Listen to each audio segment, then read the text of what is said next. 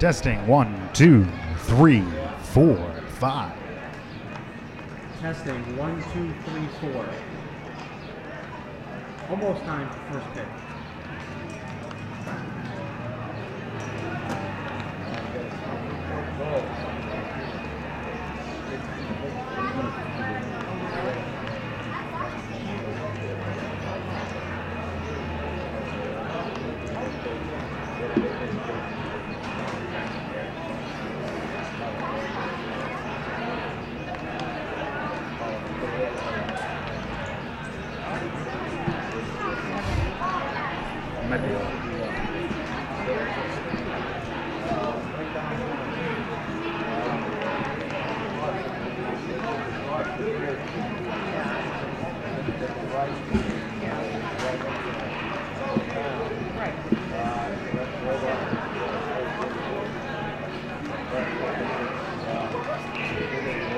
Testing 1, 2, 3, 4. Testing 1, 2, 3. 1, 2, 3, 4. Testing 1, 2, 3, 4.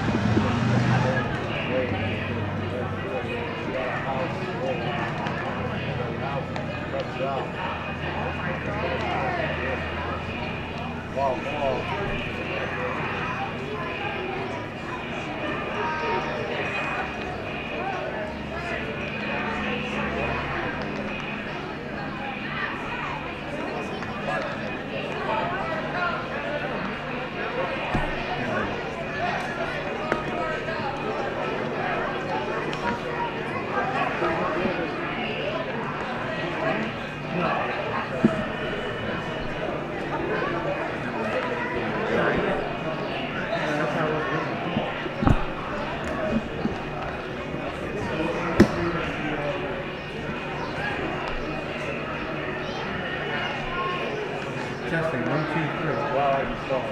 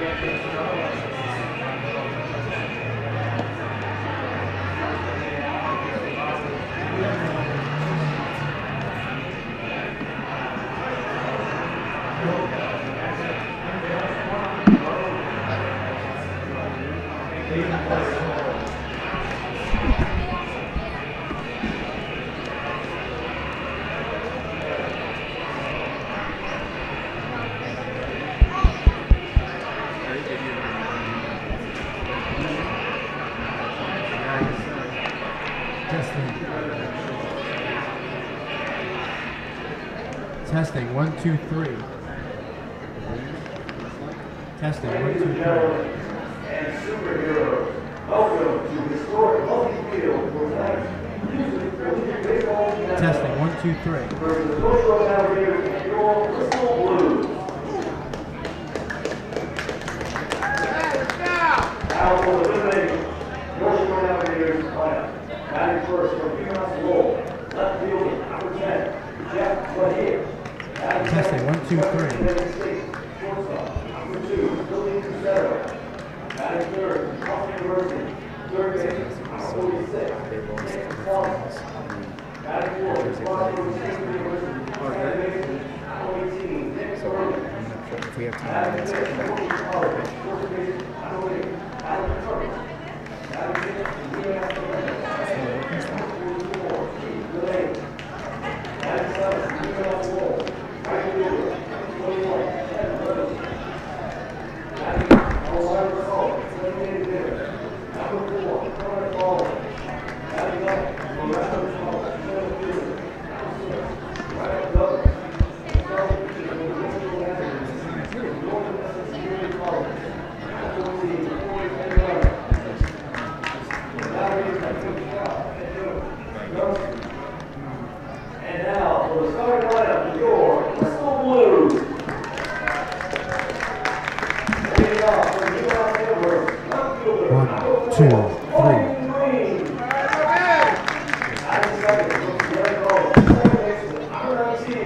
Testing, 1, 2, 3.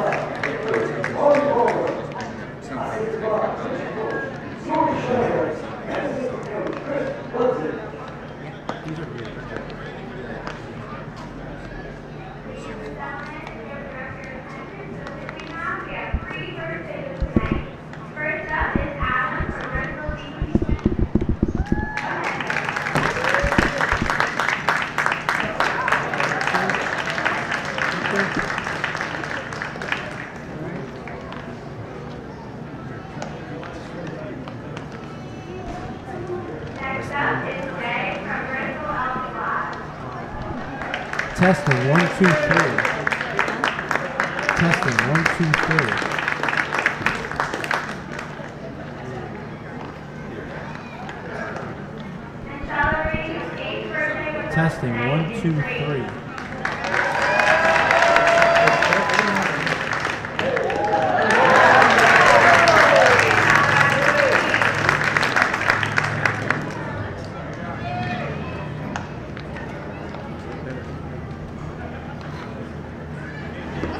Testing, 1, 2, 3.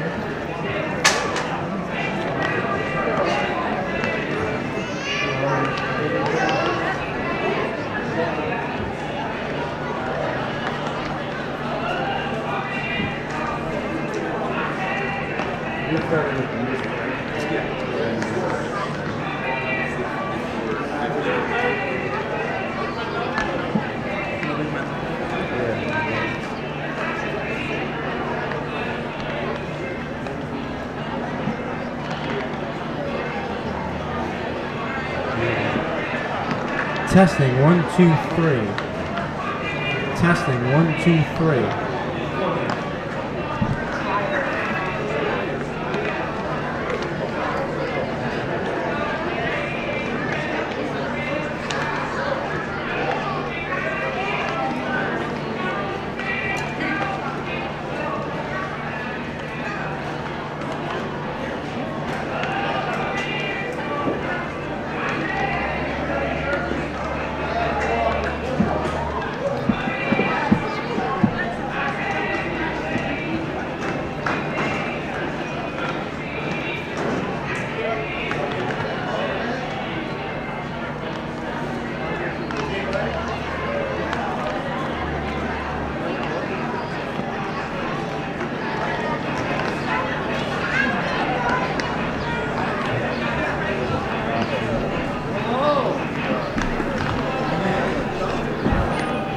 Hello, 1, 2, 3, 4. I'm on my mic now. Testing, 1, 2, 3, 4. Testing, 1, 2, 3, 4.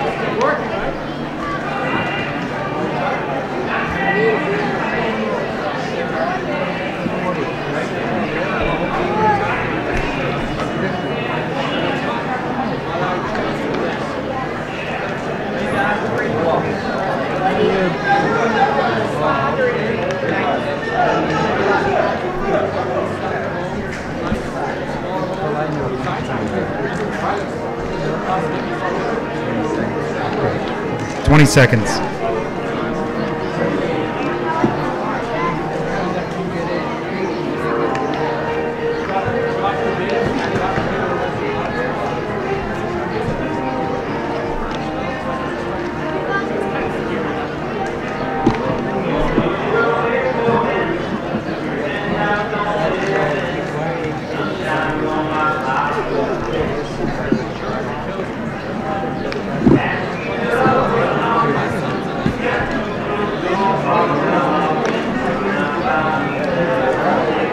Good evening, everyone, and welcome to Bristol Blues Baseball on the Beat, the Bristol Blues Broadcast Network, as the Blues return home in the thick of a playoff race as they take on the Northshore Navigators and the Blues, trying to make the FCBO playoffs. It's going to be a tight race over the final week or so. Hello again, everyone. My name is Rick Fernald. Pleased to be joined by my good buddy, as always, Mr. Mark Ferraro. How you doing, sir? Doing fantastic. And Mark, the Blues returned home, had a tough road trip.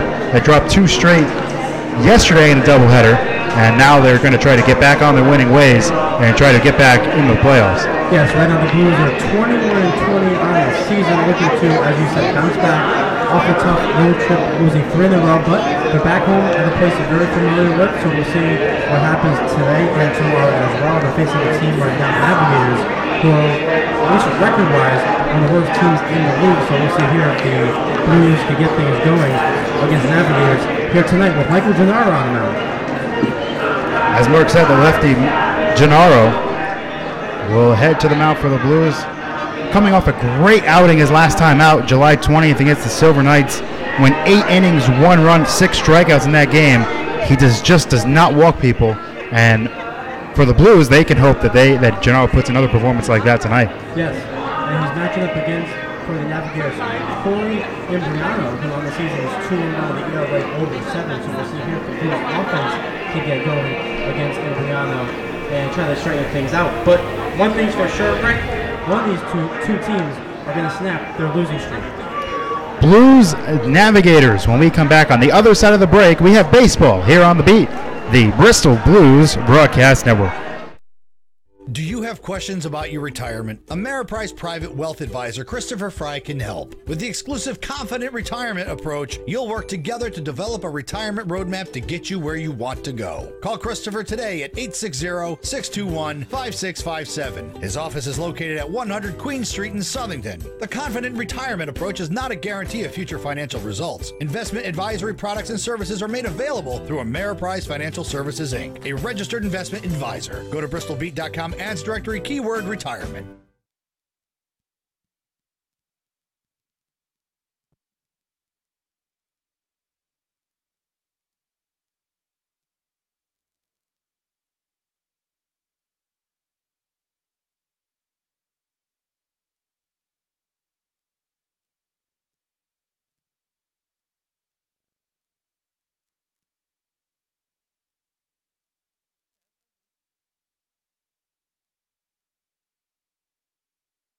The CV Mason Insurance Agency is a local, family-owned, independent insurance agency whose goal is to provide you with the best possible coverage at the best possible price. Their fully licensed staff will provide you the customer service you deserve. CV Mason, 254 Main Street, Bristol, insuring families and businesses since 1883. So rest assured, they aren't going anywhere. 860-583-4127. Online at cvmasonInsurance.com. CV Mason, there when you need them. Sometimes we make mistakes in our lives, and you may require a bail bondsman. Joe from Fernari Bail Bonds will bond you out with fast, professional service. He'll treat you with the respect and dignity you deserve. No bond is too big or too small. So when you're in trouble, give Fernari Bail Bonds a call, and Joe will get you through your most difficult situation. Joe is not only your bail bondsman, he's also your friend. Attorney referrals are available. Call Fernari Bail Bondsman at 860-919-3129. Payment plans are available, and all major credit cards are accepted. Joe's the man to get you out of a jam. Go to bristolbeat.com's ad directory, search keyword bail bonds.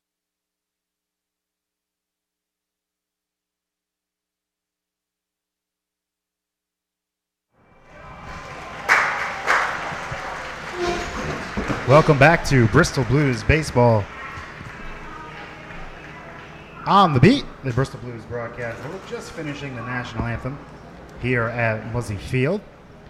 And while the teams get ready to take the field, the umpires come out of the umpires clubhouse on the third base side. Mark is here with the visiting Navigators starting lineup. Leading off for the Navigators tonight in left field is Jeff Mejia. Batting second, the shortstop, number 2, Billy Buscato. Hitting third, the third baseman, Nick Falkson.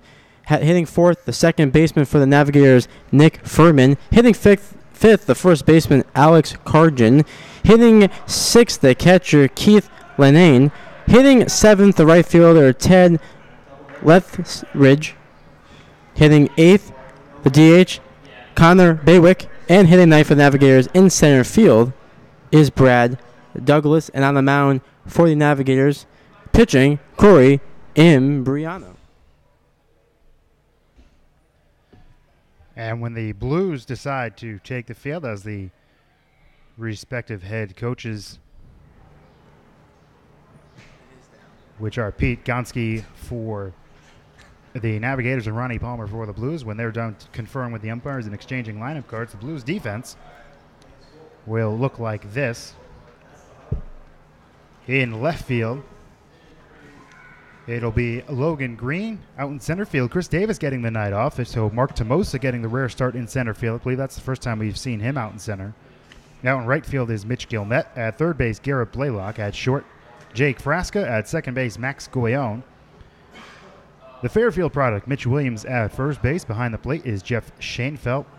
And as we mentioned during the pregame, on the mound for the Blues is a lefty, Michael Gennaro, who has had a very solid year for the Blues. 2-0 on the season with a 3.89 earned run average in 7 games, 6 starts, 34 and 2/3 innings pitched, 18 strikeouts, 41 hits allowed, but more importantly, has only allowed 3 free passes on the season.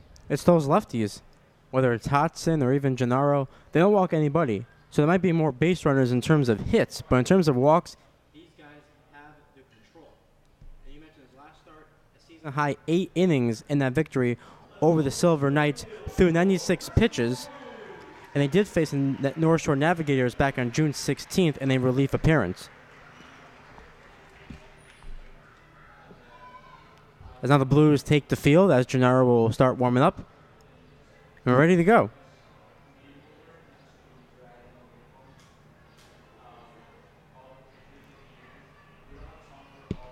Gennaro, last outing, we said earlier, July 20th against the Silver Knights, 8 innings, 1 run, 6 hits, 1 walk.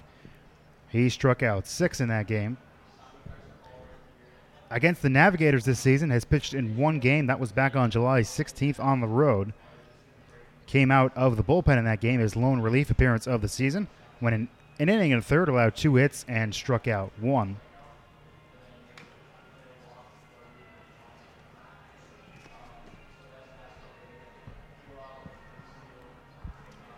This is going to be the 5th meeting of the season between the Blues and the North Shore Navigators. First time that the Navigators are here at Muzzy since June 15th, when the Bristol Blues won that game 7-2. The winning pitcher was Anthony Marone. And actually, both victories for the Blues this season against the Navigators.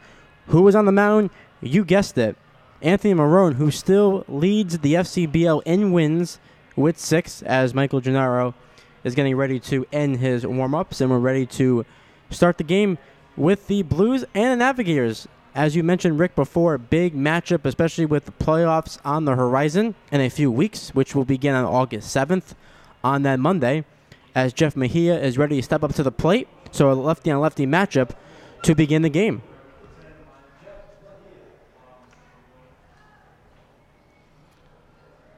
So as Mark said, Mejia steps in.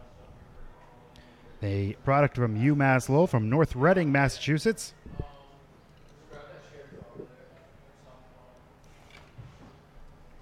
Takes the first pitch on the outside corner for Gennaro. We're underway here at Muzzy Field at 7:04 p.m. Mejia on the season for the Navigators hitting .237. Fouls that one away, and Gennaro quickly ahead in the count. No balls and 2 strikes. And still has not hit a home run and has driven 11 for the Navigators as Gennaro is quickly in front 0-2. That one's popped in the air, shallow right center field. That is going to get down for a base hit, so a leadoff single for Mejia. He's on to start the game. That'll bring up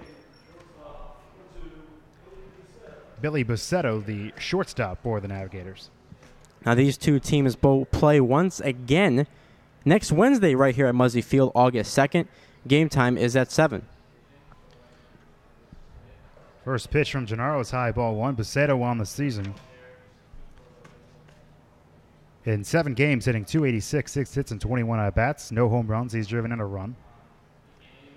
Mejia off first. Single to start this game. There's a breaking ball strike, and the count 1-1. If you're wondering about Mejia on the season, 2 stolen bases, but has also been caught 2 times. That one's fouled at the belly, and the count 1-2. Schoenfeld might have been shaken up a little bit there. Might have been fouled off his glove. Now umpire heads out to Gennaro to give Schoenfeld some time. Now check with the Navigators in the East Division. They're in last place with 41 points. As for the Blues in the West Division, they're 3rd, but 4th overall in the league. Count 1-2 on Busetto.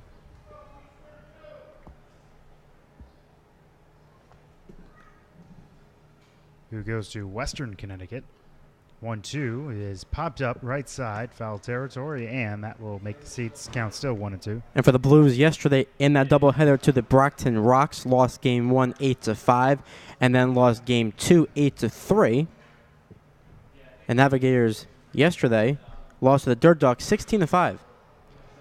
That one's popped in the air to center field. Diving is Tomosa. He cannot make the play. Mejia will safely get to second, so 2 bloop base hits, and that's the kind of thing that happens to Gennaro from time to time. Does not give up a lot of hard contact, pitches to the corners, but that will cause him to give up a lot of dinky hits that aren't hit that hard, and 2 bloop hits here start the top half of the first inning. Yeah, and one thing we do have to keep in mind tonight, as you mentioned before, with Mark Tomosa in center, will that have any effect? Because we never really see him playing there that much. So a rare day off for Chris Davis as you get both Goyon and Tomosa in the lineup together. That'll bring up the third baseman, Nick Falkson. Hitting .252 on the season. First pitch is fouled with plate 0-1. Falkson hitting .252.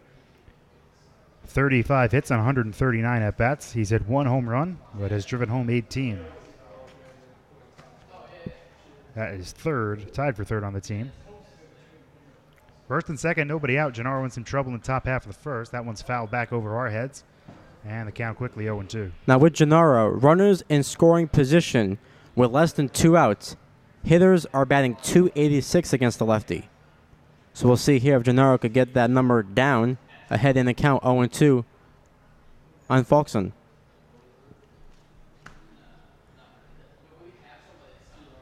Two on, nobody out, top half of the first. Gennaro deals, swing and a miss, strike 3. Got him with a breaking ball on the outside corner, so a big first out for Gennaro, and that will set up a ground ball double play to try to get him out of the inning. And that'll bring up the second baseman, Nick Furman. And that's another thing, when you look at Gennaro's stats on the season, doesn't matter righties or lefties. Righties come into today's game hitting .333 as opposed to lefties, who are batting .293.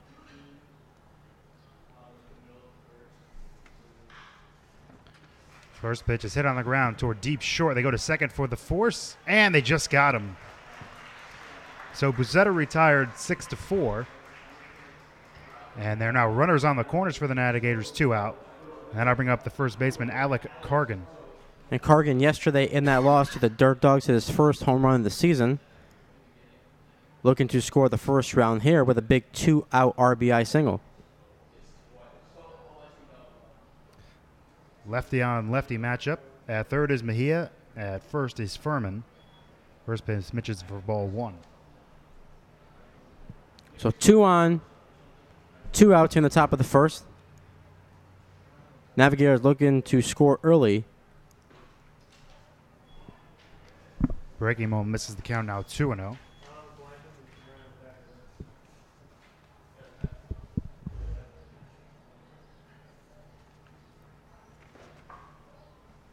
And now Gennaro's fallen behind 3-0. And he's one pitch away from loading the bases with 2 out here in the first. And yesterday, in that victory for the Dirt Dogs over the Navigators, 2 home runs once again for Zach Tower. Gennaro fires the fastball on the outside corner for a strike count. Now 3-1 on deck is Keith Lenane, the catcher. So on the season, Tower has 16 home runs and 41 RBIs. This one's skied left side. Tough to see with that sun, but it is out of play. And the count now full, 3-2, so that'll release the runner at first base. And we can't forget tonight, it's Superheroes Night here at Muzzy Field. So whoever in the crowd is wearing a superhero outfit, they get a free general admission ticket. My superhero today was Mark Ferraro. I dressed in a polo shirt and shorts. 3-2, swing and a miss, strike 3. So Gennaro gets us into some trouble here in the top half of the first inning, but a pair of strikeouts help him get out of it. After half inning of play, Navigators nothing, and the Blues coming to bat here on the Beat, the Bristol Blues Broadcast Network. Would you let your child drive a car without taking a class first? Heck no. So don't let them graduate high school unprepared for the real world. This program introduces a student to themselves, unlocking their full potential, help your kids find their gift, leading to a successful life. Classes are available locally and nationwide. Sign up your student today, ages 10 and older. For more information, call 860-309-0182 or visit bristolbeat.com, add directory, keyword, Work It. Let Work It help you. Welcome back to the Beat, the Bristol Blues Broadcast Network. No score as we head to the bottom of the first between the Navigators and the Blues. The Beat and Bristol Blues Baseball would like to take you and 3 others out to the old ball game. Listen to every Blues home game on the Beat, Bristol's Rock Mix. Throughout the broadcast, we will give out the Blues Player of the Game. Then you must head over to the Beat's website, bristolbeat.com, or Facebook page. Look for the Beat Blues Enter to Win form. Check this out. All correct entries have a chance to win a family 4-pack of tickets to an upcoming home game at Muzzy Field. Each ticket comes with the first round of snacks on us. Tonight's player of the game is catcher Jeff Schoenfeld. Listen for the player of the game to win only on the Beat, the official broadcasters of Bristol Blues Baseball. We'll give you the Blues starting lineup. Leading things off is the left fielder Logan Green. Second baseman Max Goyon will hit second. Mitch Gilmet, the right fielder, hitting third. Jason Gonzalez in the cleanup spot. He's the DH tonight. Shortstop Jake Frasca hitting fifth. Garrett Blaylock hitting sixth. He's a third baseman. Mitch Williams in the 7-hole. He's at first. The catcher and player of the game, as Mark said, Jeff Schoenfeld is hitting eighth. And in center field is the number 9 hitter, Mark Tomosa. And that lineup will face the right-hander from Wakefield, Massachusetts for the Navigators. That is Corey Imbriano. On the season, 2-1, an unsightly 7.82 earned run average. 6 games, 4 starts on the season, 23 innings pitched, has struck out 26, walked way too many with 19, and has also allowed 29 hits. He last pitched on July 23rd against the Sharks. Got the win in that game, one of his better outings of the season. Went 6 innings, allowed 1 run, 6 hits, walked 3, and struck out 6. Yeah, definitely. If you're the Blues in this offense back home for a couple of games, 3 in 2 days, you definitely want to get going against a pitcher that has struggled all season long, as you mentioned, ERA over 7. So look for the Blues offense to really attack early in the count and get to this guy early. The Navigators defense, Jeff Mejia is in left. Brad Douglas is in center. Ted Leathersich is in right. Nick Falkson is at third. Billy Bassetto is at short. Nick Furman at second. Alec Cargan is at first. And Keith Lenane is behind the plate.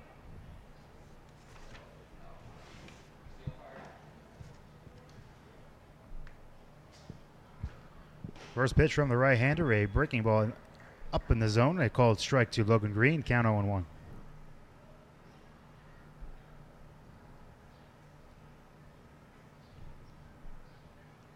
Right-hander sets and rips that one right at short.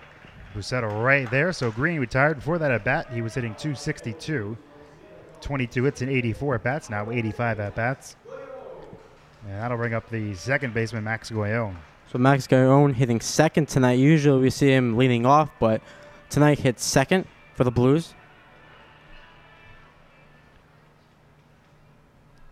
One pitch is 2 pitches, 1 out, and Goyon fouls that one away 0-1. Goyon on season hitting .278, 25 hits and 90 at bats. He's homered 3 times, has driven in 14.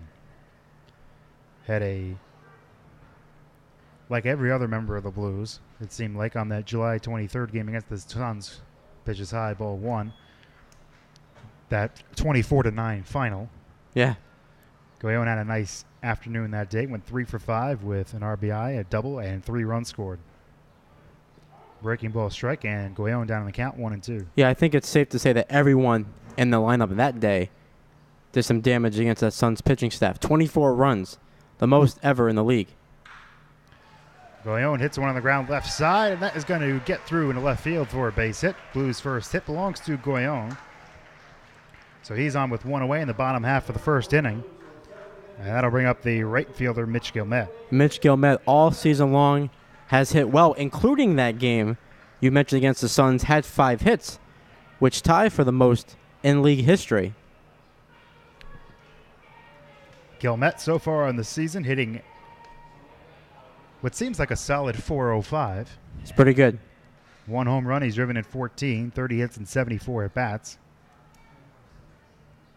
1 on, 1 out, bottom of the first, no score between the Blues and Navigators.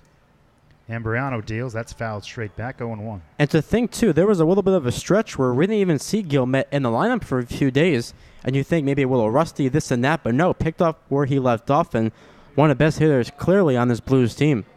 Gilmet did not play in either game of the doubleheader yesterday. Swing and a miss, quickly down on the count 0-2 here. He last played on July 25th against the Dirt Dogs, went 0 for 4 in that game. But definitely for the Blues, you want to get things going very quickly because it's getting late, as they say, early, especially with the postseason next Sunday with the last game of the regular season. You know, I have not noticed this until just now, but looking at Gilmet's numbers, 74 at-bats on the season, he's only struck out 9 times. But he's down on the count here 0-2, so I may have just jinxed him. Breaking ball misses ball 1. No, we haven't jinxed anyone before, right? No, not ever. There's no such thing as an announcer's curse.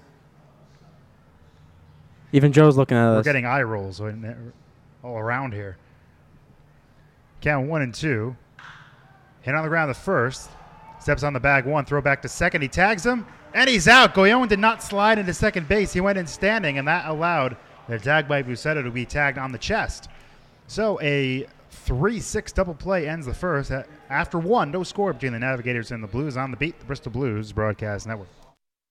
Being arrested and charged with a crime is frightening and stressful. It is important to remain silent until you can speak with an attorney who knows how to protect you. At the law offices of Jody Zills Gagny, I take pride in smart and proactive criminal defense. I will guide you through the legal system and diligently pursue the best possible result within the framework of the law to get the charges dismissed, negotiate on your behalf, or fight for you at trial. Before you talk to anyone, call attorney Jody Zills Gagny at 860-582-4495 or go to the ads directory at bristolbeat.com and search keyword Jody, that's Jody with an I, for the law offices of Jody Zills Gagny.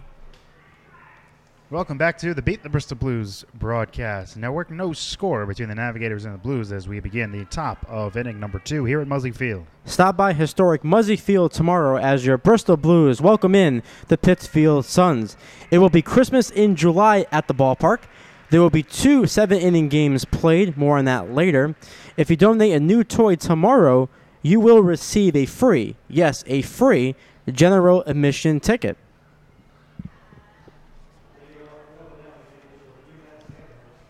Leading things off for the Navigators here in the top of the second inning will be the catcher Keith Lenane, hitting .270 on the season, 17 hits and 63 at-bats. He has not homered, and he's driven in 5 in 27 games for the Navigators.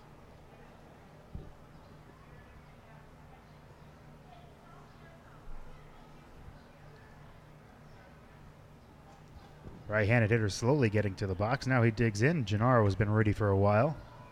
Quickly delivers the first pitch. That one looks like it just misses. Or ball 1. It's funny, though, because it looks like every broadcast that we've been here, but it's the same thing with these Blues pitchers, always working into and out of trouble, and we saw that in the first. 1-0, hit on the ground up the middle. Frasca knocks it down, and he will not be able to get Lenane at first. That should be a single.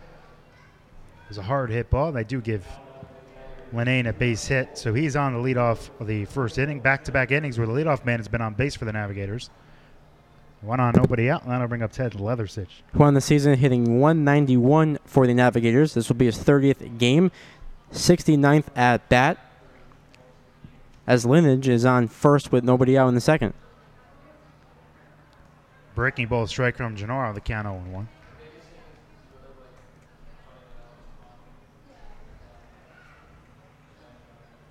Gennaro working really quickly. That's line to left field. That's going to get down for a base hit.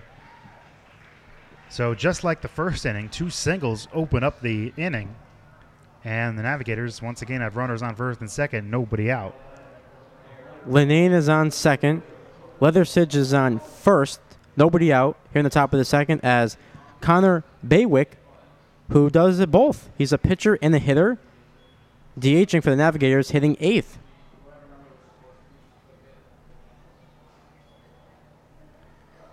First pitch misses to the Elmira College senior, native of Lebanon, Pennsylvania. Lefty on lefty matchup. Runners on first and second. Nobody out, as Mark said. Gennaro deals. Chopped on the ground to first, and that will twist foul at the last second.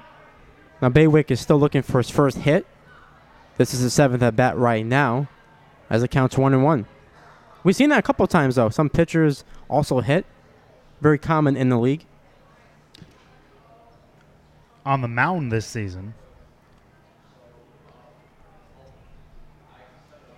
he's 1-5 with a 4.18 earned run average. Hit on the ground to second. Goyon flips to Frasca 1, back to first. Double play. Big double play for Gennaro there. So from first and second, nobody out. It's a runner at third, 2 out. And I'm bringing up the number 9 hitter, Brad Douglas. It's contagious with these Blues pitchers every single inning. Always guys on base, but they always seem to find a way to get out of it. But still, one more out to go as now Brad Douglas steps up to the plate with Linane on third. Douglas on the season. First pitch, Mitch's ball 1. Douglas hitting .250, 27 hits and 108 at-bats. No home runs. He's driven in 12. Looking to drive in number 13 and give the Navigators an early 1-0 lead. 1-0 pitch is a fastball strike on the outside corner, 1-1. Notice a lot of lefties getting stacked into this lineup against the lefty Gennaro here. That's hit on the ground to first. Williams boots it. It gets behind him, throw up the first. And they got him. Just barely. The Navigators clearly did not like that call. But Williams recovers and flips to get the out and keep the Navigators off the board. We head to the second inning, the bottom of inning number 2. No score between the Navigators and the Blues on the beat, the Bristol Blues Broadcast Network. The Beat Bristol's Rock Mix is proud to be the official broadcast station of the Bristol Blues, the city's very own baseball team. So whether you're at the field or away, catch every home game from Muzzy Field by listening to the broadcast at bristolbeat.com or on our free app. This year's winning combination, Bristol Blues baseball on Bristol's Rock Mix, The Beat.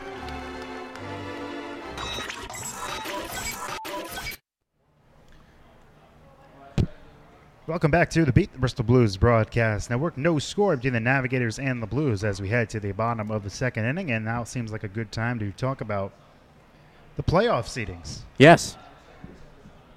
And as of right now, the Blues enter this game 4th in the league. It's a point-based system, so think of it like hockey. Instead of games back and such and winning percentage, it's basically point percentage. And as of right now, the Blues at 21-20 and 42 points. They sit in 4th place in the league. The top 6 teams make it. And right now, the Blues, as of right now, would host a playoff game. Yes, an overall 6 of 8. So things still looking good for the Blues overall in terms of being in the postseason, but definitely want to turn things around as soon as possible because everything's so tight, as we talked about before, in the standings, whether it's the West or the East. So everyone fighting inch for that postseason spot. Jason Gonzalez will start things off for the Blues here in the second inning. On the season, hitting .269, 2 home runs. He's driven in 17, 18 hits and 67 at-bats.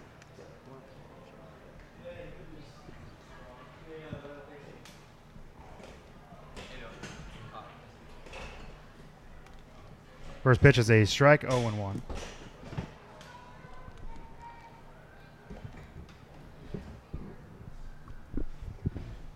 Do some rearranging here, and first pitch is fouled. Second pitch is fouled back 0-2. We'll tell you why we're doing some rearranging.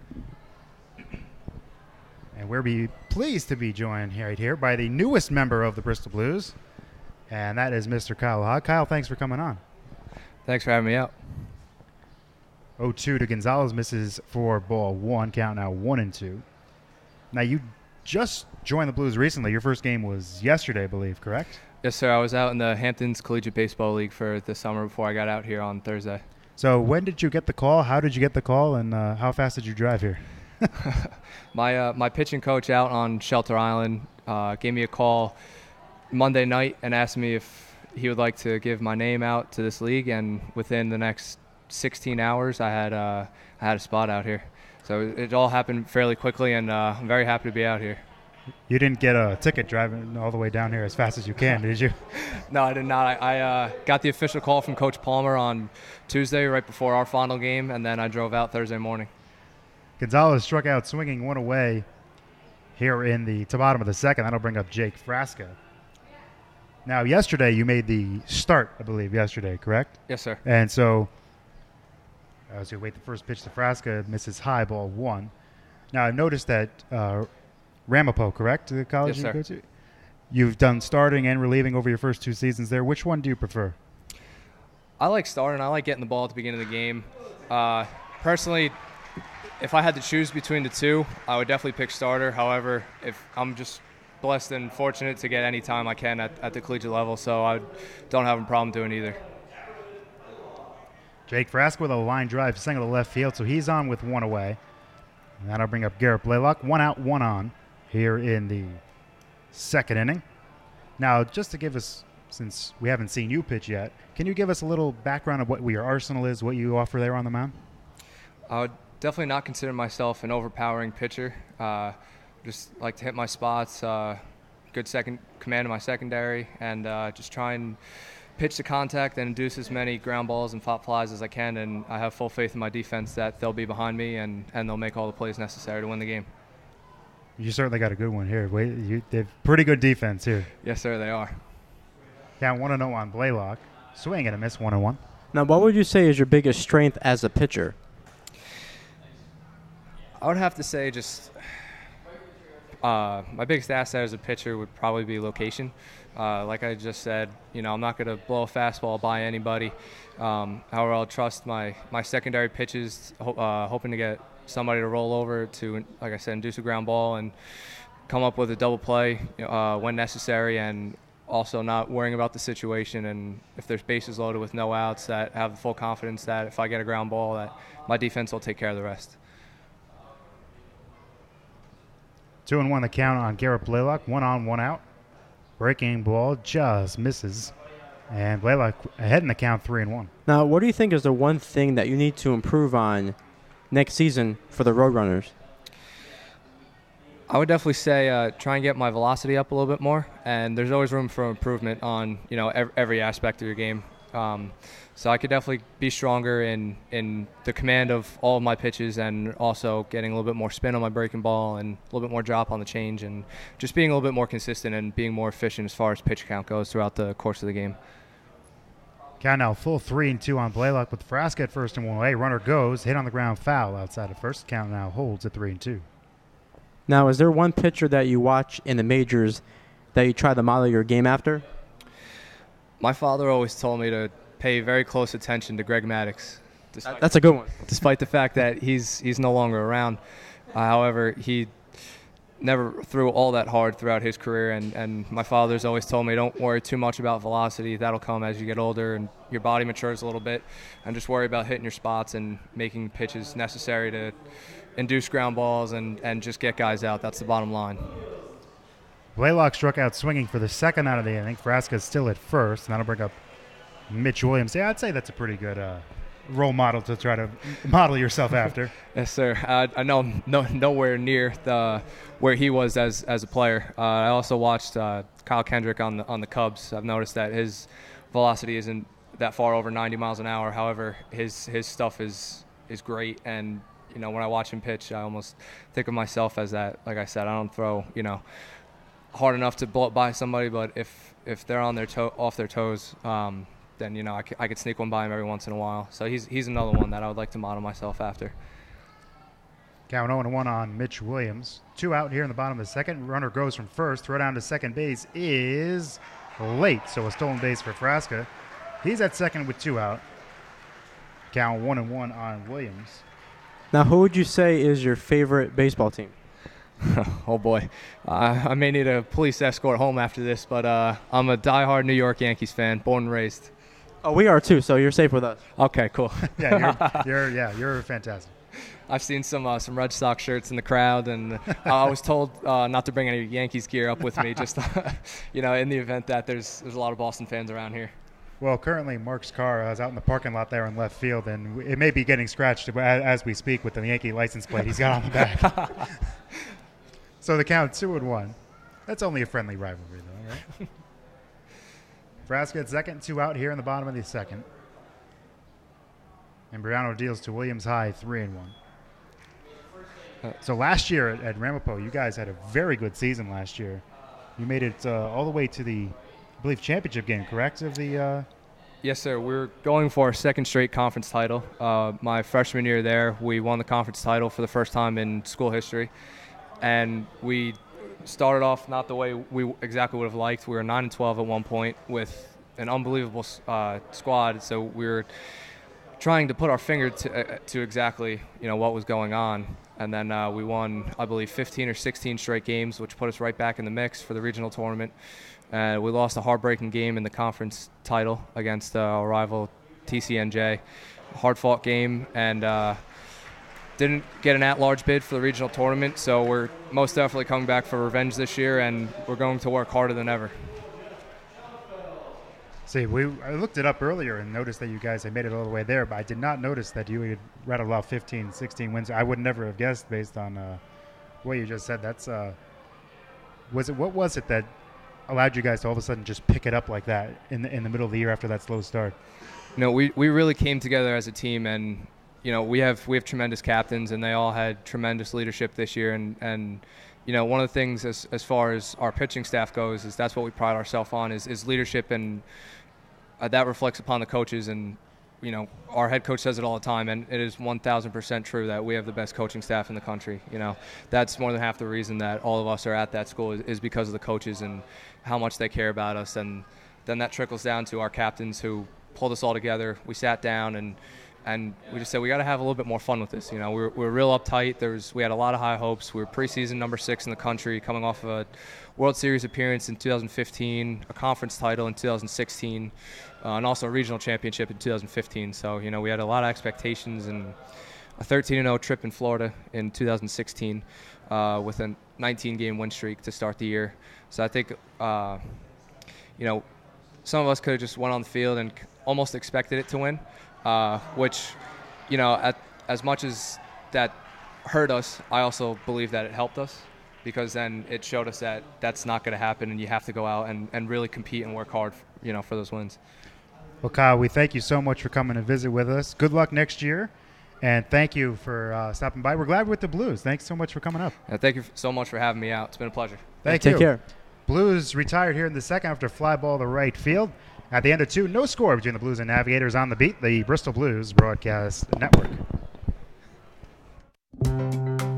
Looking for a great day out on the golf course? Join us for the Central Connecticut Chambers of Commerce Golf Tournament taking place Monday, August 7th at Tunxus Country Club in Farmington. This tournament is tons of fun with lots of prizes, great food, free gifts, good company, and some beautiful golfing. Plus the chance to win 5 hole-in-one prizes, including $10,000, 2 Harleys, and 2 brand new cars. Sponsorships, foursomes, and individual golfer opportunities available. Register today at centralconnecticutchambers.org.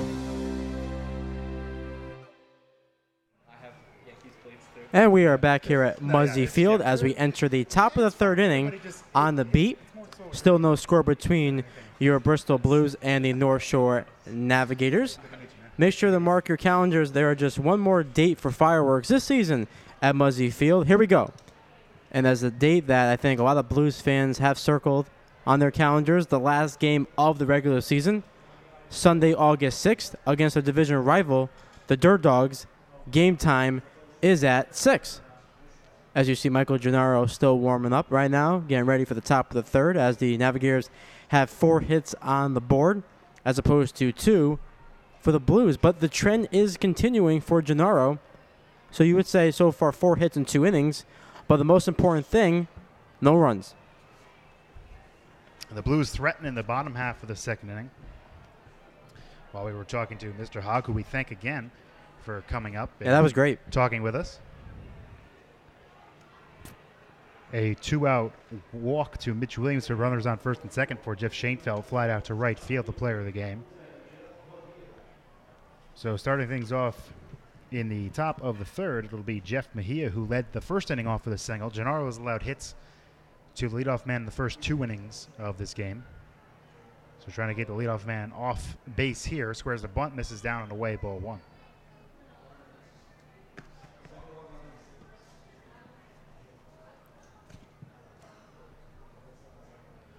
The lefty deals, just missing the outside corner, and the count 2-0.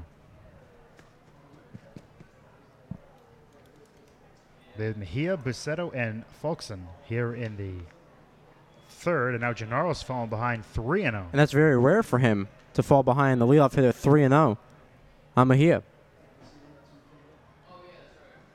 High ball 4, so a rare 4-pitch walk by Gennaro, only the 4th walk he's allowed all season. Came in with 3 walks allowed in 34 and 2/3 innings coming into this game. So for the 3rd straight inning, Gennaro has let the leadoff man reach base. For the 2nd time, it's Mejia, so runner at first, nobody out, and that'll bring up Billy Busetto, who skies one in the air to right. Gilmet coming in. He'll make the catch, and there's one away here in the 3rd. And Busetto in his first at-bat also singled to begin the game for the Navigators in the top of the first, as now Nick Folkson steps up, who struck out back in the first.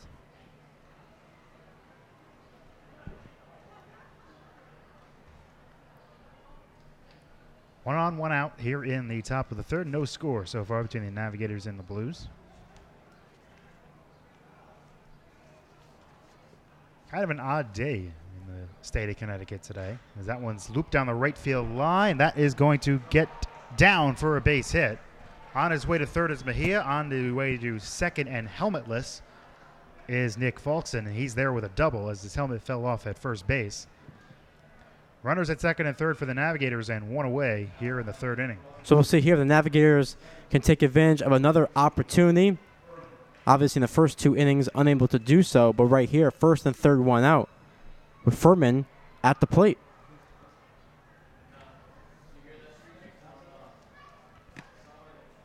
Furman reached on a fielder's choice in the 1st inning. 2nd and 3rd, 1 out. That one's lined to left field. That's going to get down for a base hit. That'll score Mejia. They're going to put the stop sign on for Folkson. An RBI single for Nick Furman, and the Navigators strike first. Here in the 3rd inning, an RBI single by Nick Furman, and it is 1-0 Navigators. And that's already the 6th hit of the night for the Navigators. First run, thanks to the RBI by Furman, as now Cargan steps up, also struck out back in the 1st. So if you're Gennaro, want to make a big pitch here to at least keep it 1-0.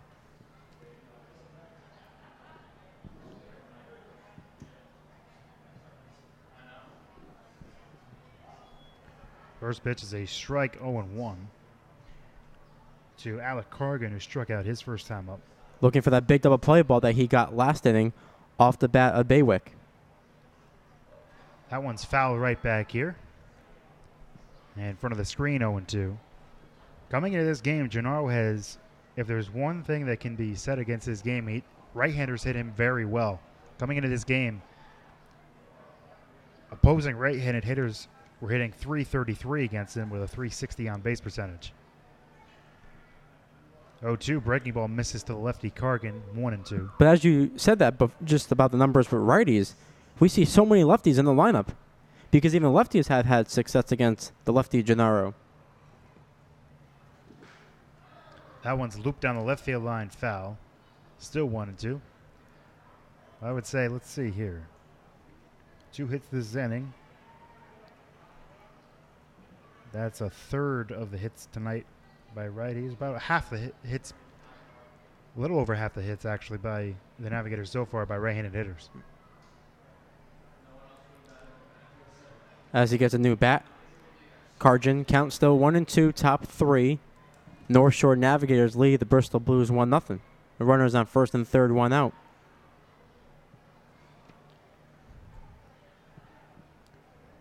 One run, 6 hits, no errors for the Navigators. 0-2 hit on the ground. Past the diving Williams into right field for a base hit. That is going to score Falkson. On his way to third goes Furman, an RBI single for Alec Corrigan. It is 2-0 Navigators here in the third. And that is 3 straight hits for the Navigators here in the third as now Jordy Shiner goes out to calm down Gennaro as is 2-0. So base hits from Falkson, Furman, and Corrigan. And still first and third, 1 out. With Linnane at the plate, the catcher, who also singled back in the second. You know, if you keep putting leadoff men on, that eventually is going to get to you. He got lucky the first 2 innings, allowing Mejia to reach in the first with a single, and Linnane reached leading off the second inning. And that's just going to come back and get you. And Gennaro was able to escape unharmed in the first 2, but this inning, a leadoff walk to Mejia, a fly out to right, and then 3 straight hits, and it's 2-0 Navigators. Well, listen, if you keep playing with fire, you're going to get burned. That's what they say. I heard that somewhere once. But still here as Schoenfeld now gives out the signs to the players. Definitely don't want to, it's 2-0 right now. Definitely want to limit the damage right here. But as we've seen before, though, the Blues pitchers have struggled of late, looking to snap this 3-game losing streak.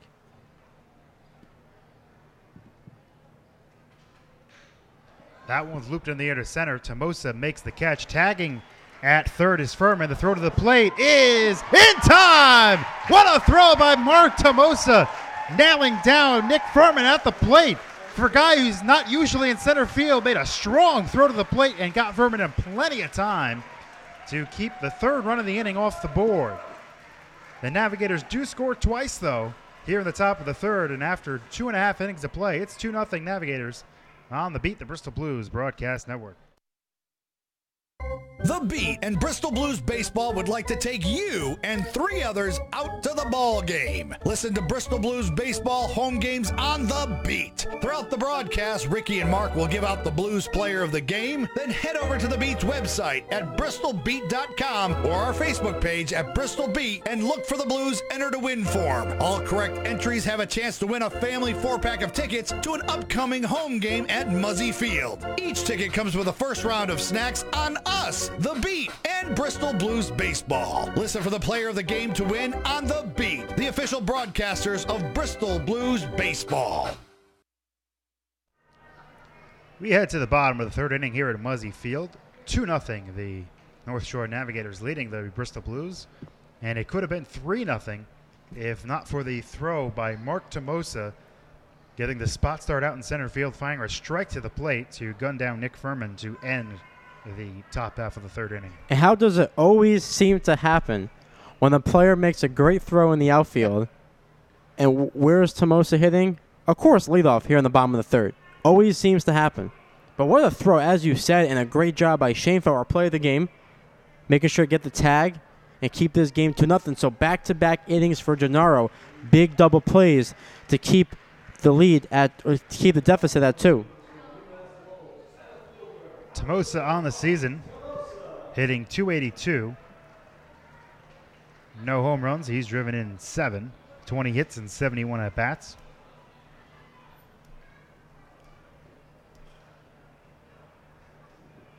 He played in one half of the doubleheader, the 8-3 game that the Blues lost. He went 1 for 3 in that game. Never know, a play like that can turn things around quickly for the Blues, and we'll see here if that momentum continues here in the bottom of the third. Tomosa swings and misses 0-1 from Imbriano.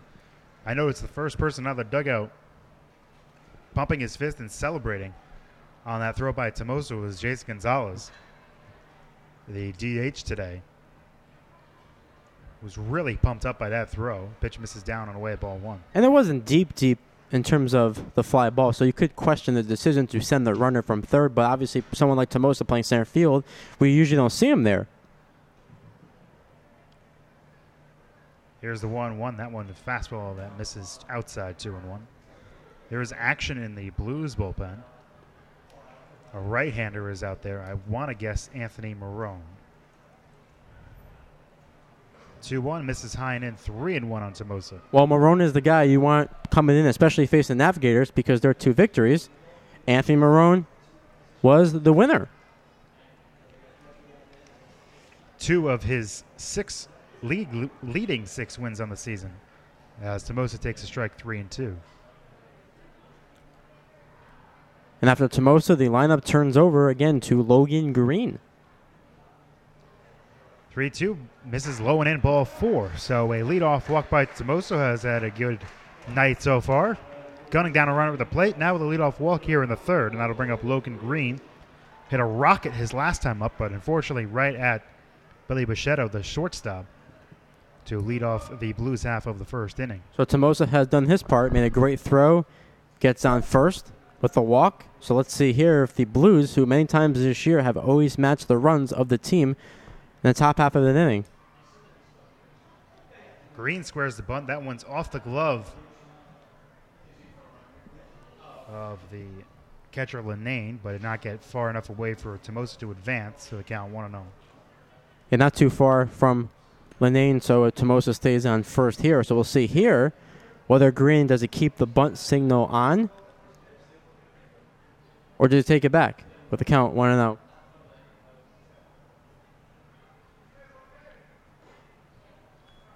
Count now 2-0. And there he took it off, so now the count is in his favor at 2-0. Never know when you could see a little hit and run action, which we saw last game.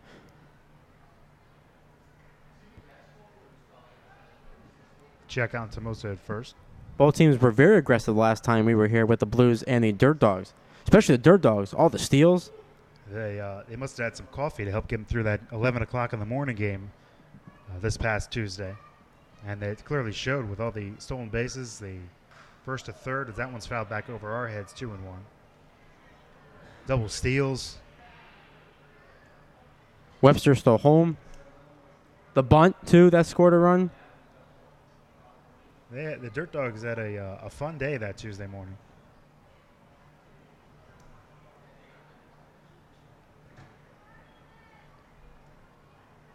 Two-one pitch. Fastball hits the outside corner, 2-2. And last night, too, with that offensive explosion against the Navigators. In that victory, once again, last night, winning 16-5 over Northshore. 2-2 pitch. Breaking ball just missing the outside corner, and the count now full 3-2. Do you think they try to force the issue here and send Tomosa? Well, I would say yes, but a lot of times this season we haven't seen them go. So probably Tomosa will stay with Green at the plate, and we'll see if he can reach it. Really keep the line moving for the Blues in the third.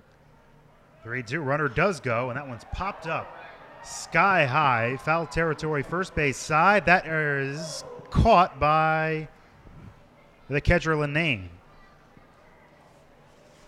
It was Linane and Cargan kind of battling over it. Cargan is listed as a catcher on the roster, so they're both used to going after that pop-up in that area, but it was the catcher tonight, Linane, who made the catch over Cargan, is playing first. So one away, and a runner on for Max Guillon. Who singled, got the first hit of the game for the Blues in his first at-bat back in the first, with Tomosa still at first with one out. Breaking ball is swung on and missed, 0-1.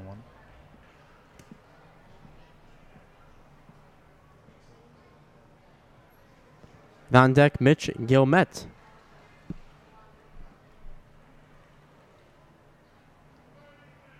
One is skied in the air to center. That is Brad Douglas in center field making the catch, and back to first goes Tomosa. 2 gone here in the third. And Guillemette in his first at-bat, like we just said, hit into that double play, that 3-6 double play to end the bottom of the first. So the Blues don't want to waste the leadoff walk by Tomosa because usually, as we've seen here time and time again, usually a leadoff walk in an inning is never a good thing. But here with 2 outs, Imbriano working out of it.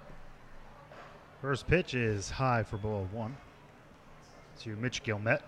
2-0 Navigators lead it here in the bottom of the third. 2 runs off Michael Gennaro in the top half of this inning.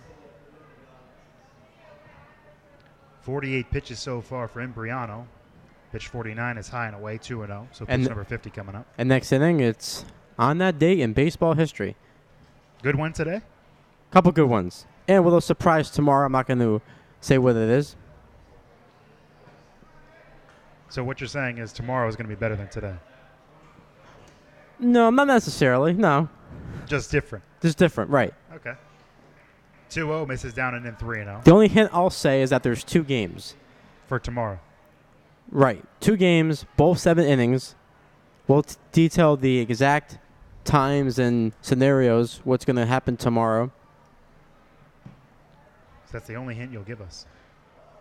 3-0 misses inside to Guillemette, ball 4. So the Blues have runners on first and second, 2 out.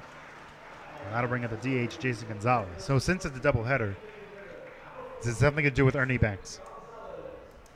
He may be one of the mentions tomorrow. There's a high possibility, let me just say. High possibility. We'll just have to wait and see. Yeah, for tomorrow. But this is a big moment right here for the Blues now. 2 walks in the inning. So definitely, your Gonzalez want to get that big 2-out hit right here. Imbriano just crossed the 50 pitch mark threshold. Breaking ball misses off the glove of the catcher Linane. So the runners move up on the pass ball. Runners on second and third, 2 out. A base hit can tie this game. Right, and you would think so too. If Gonzalez can just put it anywhere in the outfield, bring home 2 runs, and get this game tied at 2 as Linane goes out to talk to Imbriano. Gonzalez struck out his first time up, leading off the bottom of the second. At third is Tomosa. At second is Guillemette. Both of them walked this inning. Blues trail by 2 here in the bottom of the third. And again, Imbriano came into tonight's game with an ERA close to 8. So take advantage of every opportunity. Gonzalez swings and misses, and the count 1-1.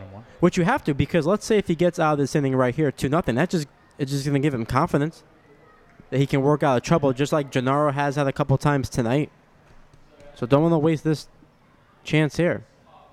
1-1 hit on the ground into left field for a base hit. That'll score Tomosa. They're going to wave Guillemette around. He is going to score without a throw. A big 2-run single for Jason Gonzalez.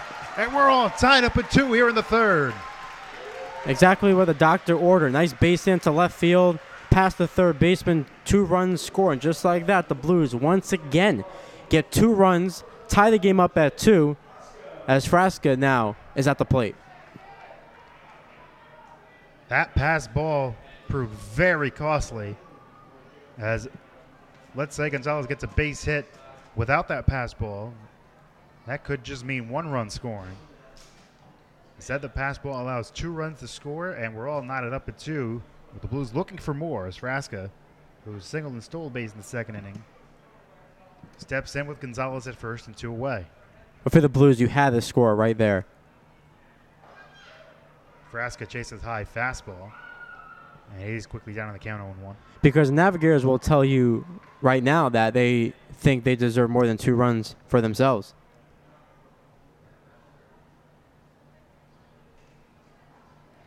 Pitch number 56 as a breaking ball drops in. And Frasca looked like he did not agree with that call, but steps back in the box down 0-2. So 56 pitches, not terrible right now. 56 pitches, 2 outs in the third. Imbriano deals, and that's skied right side and out of play. Still 0-2. So both teams have 2 runs now. The Blues have 3 hits as opposed to 7 already for the Navigators.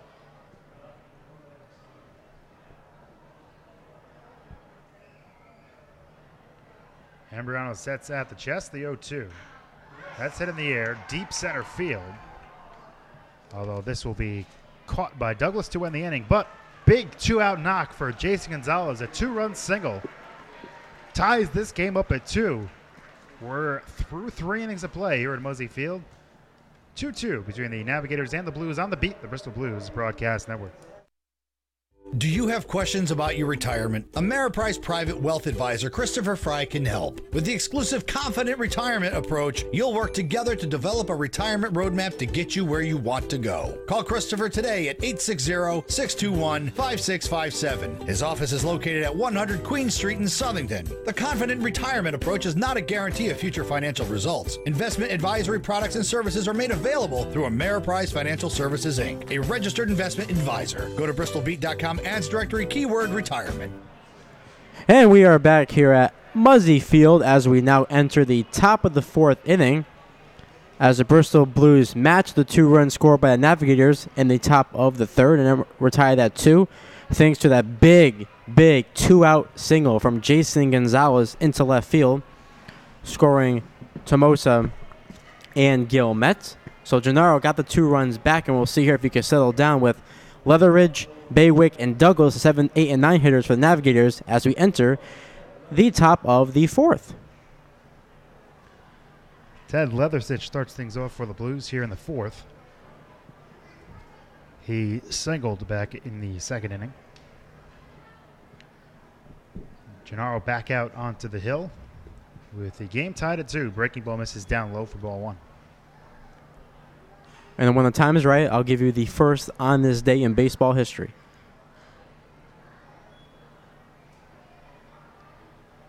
And the count 1-1 after Leathersich fouls that one away. I'm always looking at my phone, too, making sure there's no breaking news in terms of a baseball trade as the deadline approaches on Monday. 1-1, swing and a miss out of high, fastball 1-2. All the rumors going around left and right. Well, you always have to look just in case.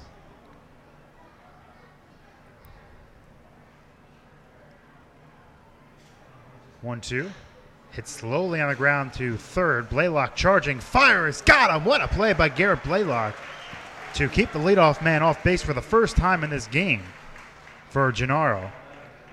So the out goes 5-3. 1 away here in the 4th inning, and that'll bring up Connor Baywick. And Baywick in his first at-bat hit into that 4-6-3 double play. Shows bunt there.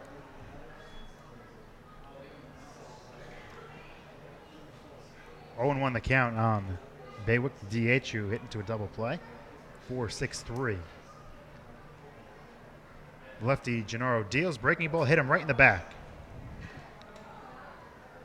So the hit batter goes to first with 1 out. And I'm going to bring up the number 9 hitter and Brad Douglas. In 1978, on Old Timers Day at Yankee Stadium, Bob Shepard stunned the crowd by announcing Billy Martin's name. The 5-time World Series champ resigned as skipper 4 days prior. The legendary PA announcer also informed the fans that number 1 would return as manager in 1980. Get to the last part in a second. That one's looped in the air to left field. That's going to get down for a base hit in front of Green.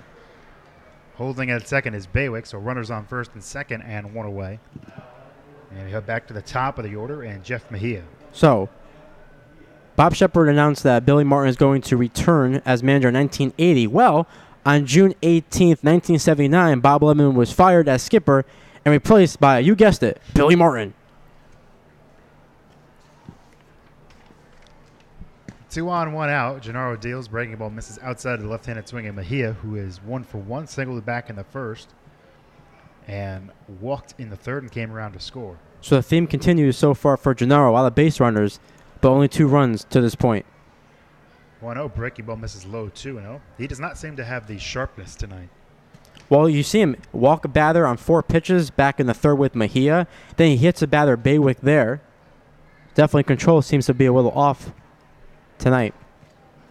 1-0. That one is in the strike zone. The count 1-1. One of the great classic clips hearing Billy Martin coming back and Bob Shepard making that announcement at Yankee Stadium. Billy Martin. That one's fouled away, and the count 2-2. 10 years later, 1988, the Red Sox traded Brady Anderson and Curt Schilling to the Orioles in exchange for pitcher Mike Boddicker. Anderson hit 210 career home runs for Baltimore, including 50 in 1996. 2-2 swing and a miss, strike 3 on a good breaking ball. He was way out in front, so 2 gone here in the 4th. And that'll bring up Billy Bacetto, who is 1 for 2. Singled in the first inning and flat out to right in the 3rd. Schilling rejoined Boston, of course, in 2004 and helped them break their 86-year curse.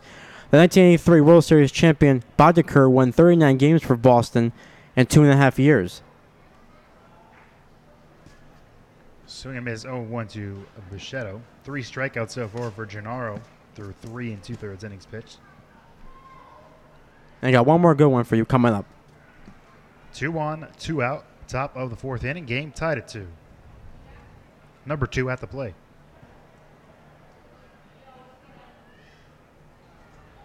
Long set and time is called as Gennaro took too long, according to Bacetto, to throw that pitch.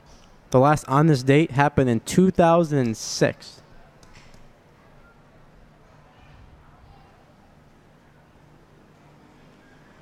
Here's the 0-1 from the lefty. Foul away right side, 0-2. Julio Franco became the oldest player to pinch run in a game when he replaced Mets slugger Carlos Delgado. The 47-year-old stole second base against his former team, the Braves. Wow. That's a good one. 0-2 pitch. Line towards second. Goyon on a hop throws to first, and that will retire the side. So Gennaro gets into some more trouble, but does not allow a run to score. After 3.5 innings of play, Navigators 2, Blues 2 here on the Beat, the Bristol Blues Broadcast Network. The CV Mason Insurance Agency is a local, family-owned, independent insurance agency whose goal is to provide you with the best possible coverage at the best possible price. Their fully licensed staff will provide you the customer service you deserve. CV Mason, 254 Main Street, Bristol, insuring families and businesses since 1883. So rest assured, they aren't going anywhere. 860-583-4127. Online at CVMasonInsurance.com. CV Mason, there when you need them. And we are back here at Muzzy Field in the bottom of the 4th inning as the game is tied at 2 between the Northshore Navigators and the Bristol Blues. And just to end the Julio Franco on this date, back in 2006, the Mets ended up winning that game 11-4 over Atlanta at Turner Field. The 1991 AL batting champion began his career with the Phillies in 1982 and called it quits with the Braves after the 2007 season.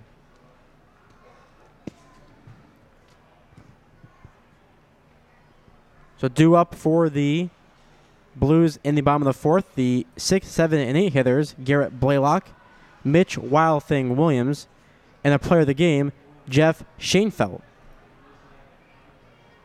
Against Corey Imbriano and the Navigators. Corey Imbriano and the Navigators sounds like an old rock and roll group from the 50s. So Garrett Blaylock will lead things off. Blaylock struck out swinging in the 2nd inning.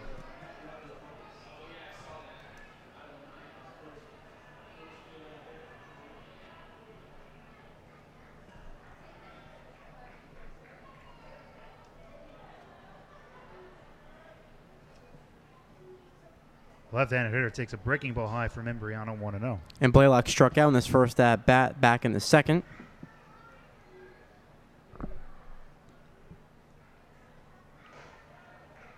Fastball now high, 2-0. Blues scored twice in the bottom of the 3rd.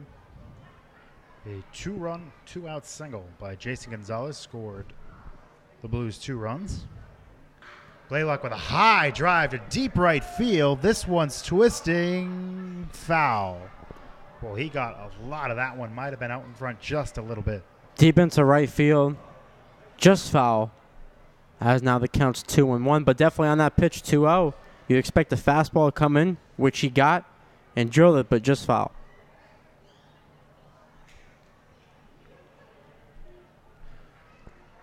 So the count 2-1 on the Blues third baseman. Fouls that one straight back, and the count even at 2-2. It really will tell you about a pitcher because most of the time you're always going to see a fastball in 2-0. But if a pitcher is confident in those off-speed pitchers to throw it down the count, that's impressive. Also keeps hitters off balance when they do that too. It does. Doesn't know what to expect. And a slow changeup there as Blaylock nicked it into the catcher's glove for the first out of the fourth inning. And now coming up is the first baseman for the Blues, Mitch Wild Thing Williams, who walked back in the second. So we'll see here, Gennaro was able to settle down the fourth despite trouble again in the inning. So we'll see if Imbriano has the same fate. Pitch number 64 by Imbriano misses high to Williams, ball one. 64 pitches, 1 out here in the bottom of the fourth. That one's drilled in the right center field. That is going to get down for a base hit. It will get past the center fielder Douglas, go all the way to the wall. Williams digging for second, and he can be content to stop right there with a 1-out double and the go-ahead run with 1 out here in the fourth. And now stepping up to the plate for the Blues is the player of the game, Jeff Schoenfeld, who lined out to the right fielder Leatherich back in the second. Well, that was a nice rip right there by Williams into right center field. But good decision to stay at second. Don't chance it going to third. And we'll see here if the Blues can take the lead. So Williams at second, 1 out. Breaking ball misses high. And the count 1-0.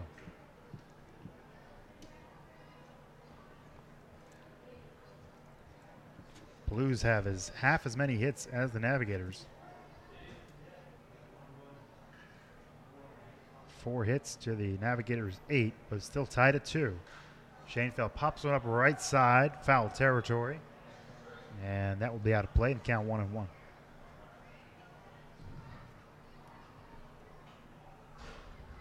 So due up next inning for the Navigators in the top of the fifth will be the 3, 4, and 5 hitters, Folkson, Furman, and Karjan.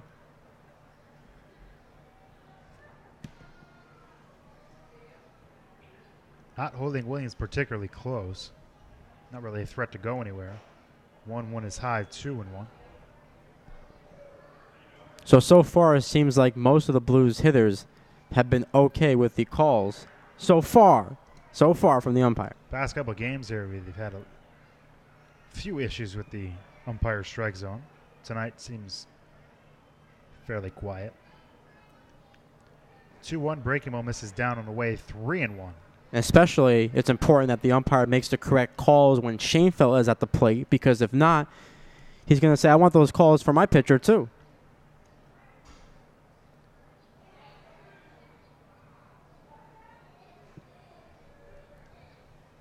This looks like it'll be pitch number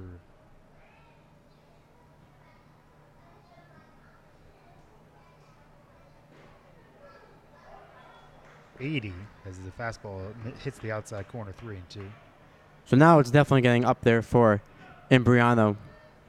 But still nobody warming up. 70. Oh, that 70, was okay. pitch number 70. I added wrong, as I typically do. So this will be pitch number 71 with 1 out here in the fourth. The righty deals a 3-2. Breaking ball misses high and away, ball 4.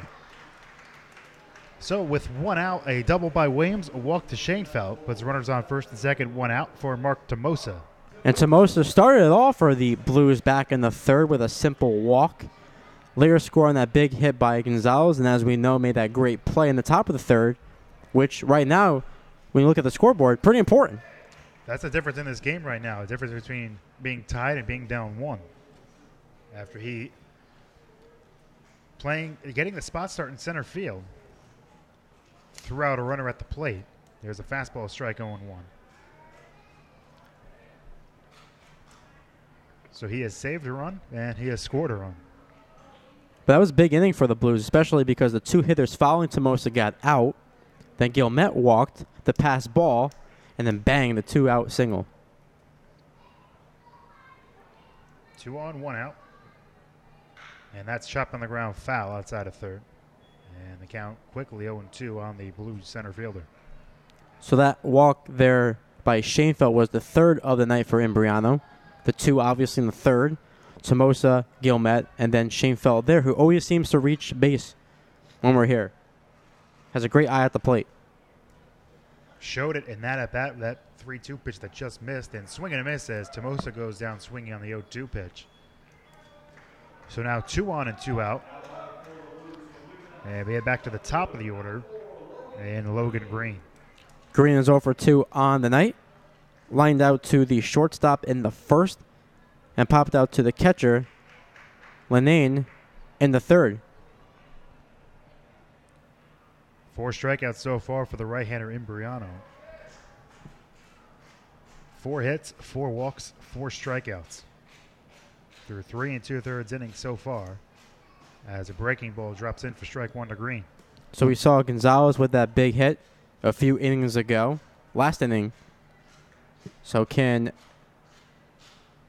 Green do it right here?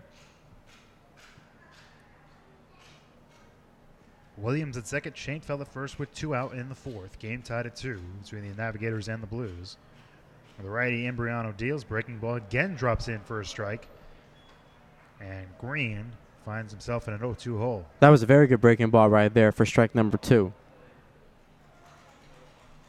Now again, does he go back to the breaking ball? Or does he try to sneak in that fastball to get out of this inning and keep the game tied at 2? Well, we're about to find out. The right-hander deals. Went with the fastball, and it's fouled away. Now you usually see it fouled up by a breaking ball here, like a get-me-over fastball, and Green fouled it back. Count still 0-2, 2 runners on base. 2 outs, 0-2, tied at 2. 2s all around. So many 2s. If you take half of Logan Green's number, that is 2. The righty deals the 0-2 breaking ball. That one was not enough, or not close enough for late Green to chase, and it's 1-2. And he did go the breaking ball off the fastball. I'm sure he wanted that one a little lower than it was to yeah. get him to even chase. That one started off high and just didn't do anything. Now he's setting up on the inside corner. Maybe, oh, this looks like a breaking ball stance. It is a breaking ball, and that's fouled away, 1-2. But good piece of hitting, though, for Green. Foul in the back.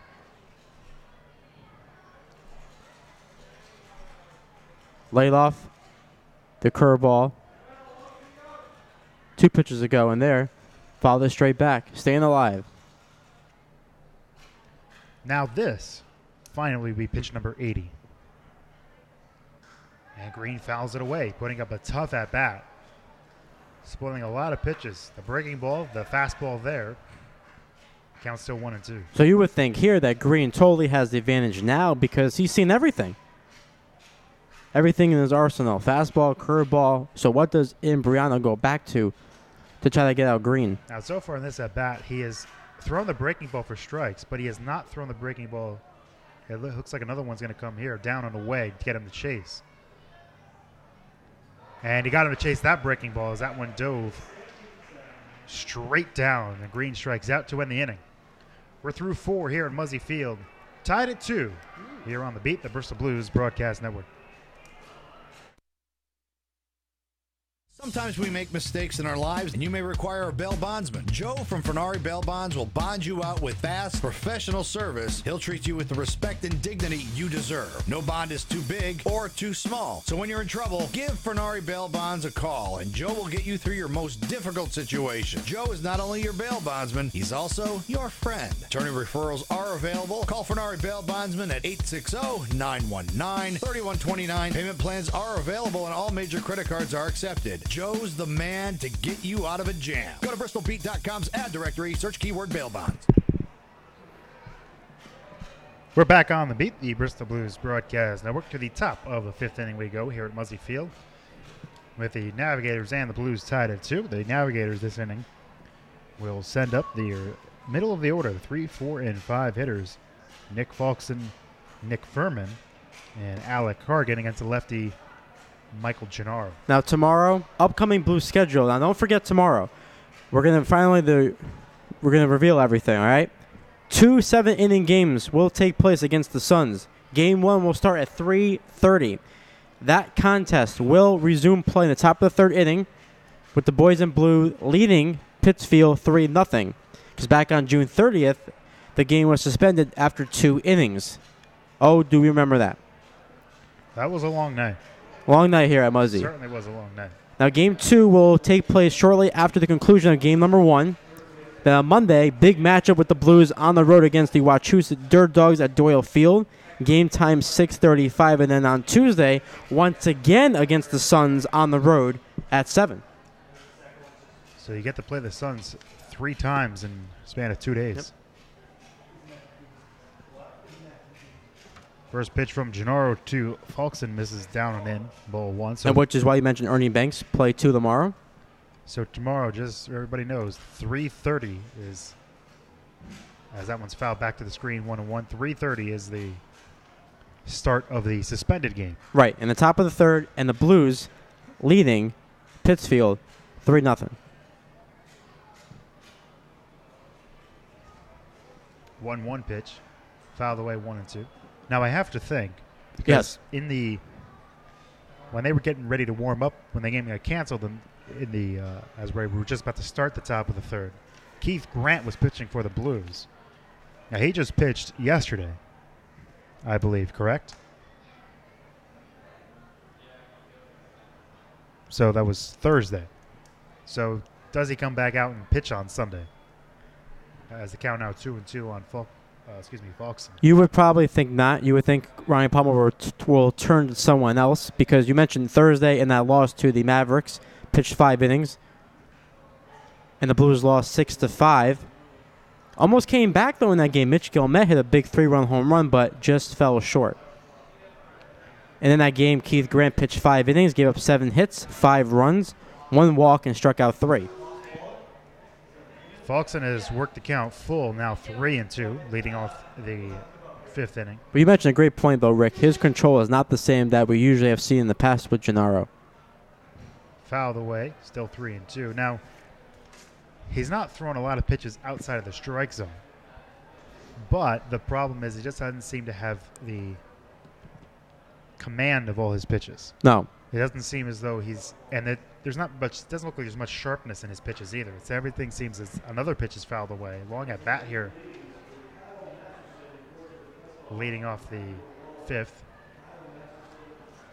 We've seen 1 walk already, I believe, from Gennaro tonight, and a hit by pitch. But it just seems as though he doesn't have command of his pitches. Doesn't seem he has the sharpness in his pitches. 3-2, breaking ball. Did he go? No, he didn't, said the first base umpire. Schoenfeld was ready to fire down the first base, so a leadoff walk by Gennaro. His second walk of the game he's allowed. So 1 on, nobody out, and that'll bring up Nick Furman. And he walked Mejia to lead off the 3rd. And now Falkson here in the 5th. That's line third base side foul, 0-1. Now, of the 5 innings that we have played so far, at least Gennaro has started, leadoff man has gotten on base 4 times. And leadoff hitters entering tonight's start were hitting .367 against Gennaro. Well, that is certainly going up after tonight. That one misses outside, ball 1. A leadoff single in the first by Mejia. A leadoff single in the second by Keith Linane. A leadoff walk in the third to Mejia. And a leadoff walk to Falkson here in the 5th. The only time he got somebody out to lead off an inning was Ted Leathersich leading off the 4th, got him a ground out to 3rd. So it's fair to say that Gennaro has been living dangerously here tonight. But, again, still 2-2. And down on strikes goes Furman, who had an RBI single back in the 3rd inning.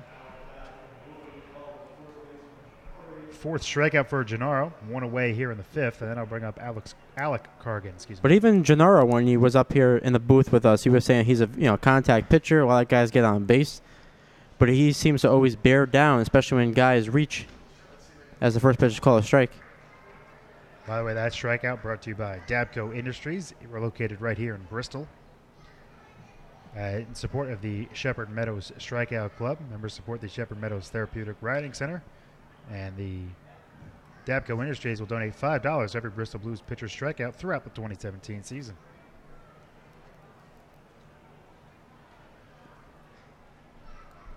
0-1 from Gennaro is fouled left side out of play. And the count 0-2 on Alec Cargan.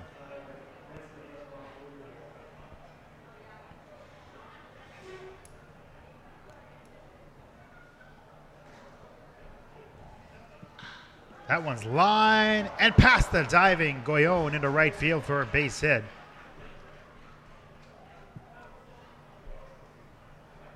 So a one-out single, runners on first and second, one out. As Goyon used every inch of his 5'9" frame to try to lay out and make that catch, but it just out of his reach into right field. So Gennaro in more trouble. 2 on, 1 out for Keith Linane. But 2 times in this game, big double plays. Back in the second with Baywick, that 4-6-3. And then a guy at the plate who hit into a double play, that 8-2 to most of the Schoenfeld. Linane, that ended the third.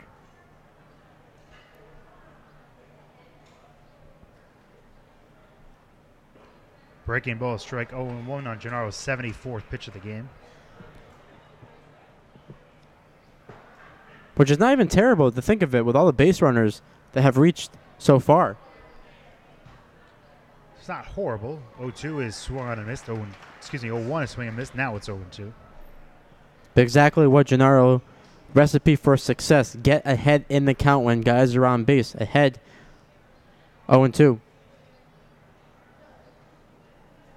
0-2 delivery, chopped on the ground up the middle. Goyon steps on second one, back to first for the double play. Nifty double play turned by Max Goyon. The ball was hit right at the second base back on a couple hops. Was able to step on the bag and throw in one motion to first to end the inning and get Gennaro out of some more trouble. We head to the bottom of the 5th inning at Muzzy Field. Game tied at 2 between the Navigators and the Blues. On the beat, the Bristol Blues Broadcast Network. Would you let your child drive a car without taking a class first?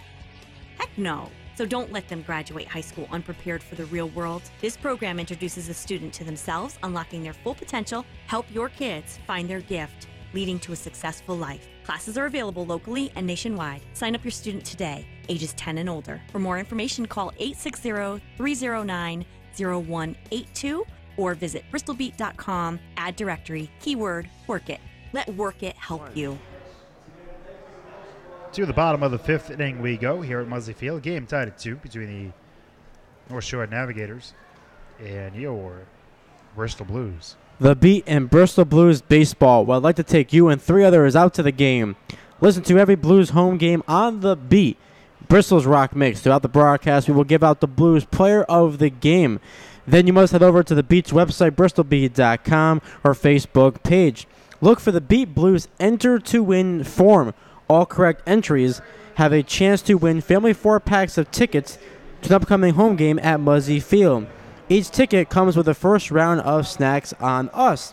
Tonight's player of the game is catcher Jeff Schoenfeld, who is 0 for 1 with a walk. Listen for the player of the game to win only on The Beat, the official broadcasters of Bristol Blues baseball. Mark, what was it you were saying last inning when Tomosa had that nice play and guys leading off after making nice plays? That's right. And now with Goyon. It's Max Goyon. It'll be the 2, 3, and 4 hitters for the Blues here in the bottom of the 5th. The game tied at 2. Goyon, Guillemette, and Gonzalez. Goyon 1 for 2 on the evening. Singled back in the first and flied out to center in the third.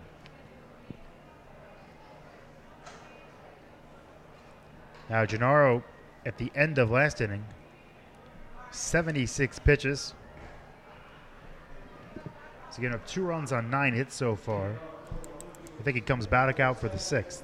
Oh, yeah, for sure. I think you'll definitely see Gennaro give you at least 6, but 3 double plays total, 2 from Linane, and 1 from Baywick. So Gennaro, again, we keep harping on it, but it's true. Into and out of trouble every single inning, but makes those big pitches, and hey, all you can ask for is the games to still be tied right now. First pitch to Goyon's a strike 0-1. There is a right-hander warming in the Blues bullpen. It looks like Joel Torres. There's also action in the opposite bullpen down the right field line for the Navigators, as Goyon takes a fastball strike on the outside corner 0-2. But not only have we seen this with Gennaro, but Malachi Edmond when he's on the mound too. A lot of base runners, but always seem to limit the damage. Goyon fouls the 0-2 pitch right back, and count holds at 0-2. Which is always great to see out of a pitcher. Doesn't matter what level. If he works into trouble, can he get out of it? And Gennaro has certainly done that. 0-2 breaking ball popped in the air to right. On pitch number 85 of the night by Imbriano, he gets a fly out to right field for the first out of the 5th inning. And I'm going to bring up Mitch Gilmet, who hit into a double play back in the first, 3 to 6, and then walked and scored a run back in the third on a hit by the on-deck hitter. And the home run derby champion, can't forget, Jason Gonzalez.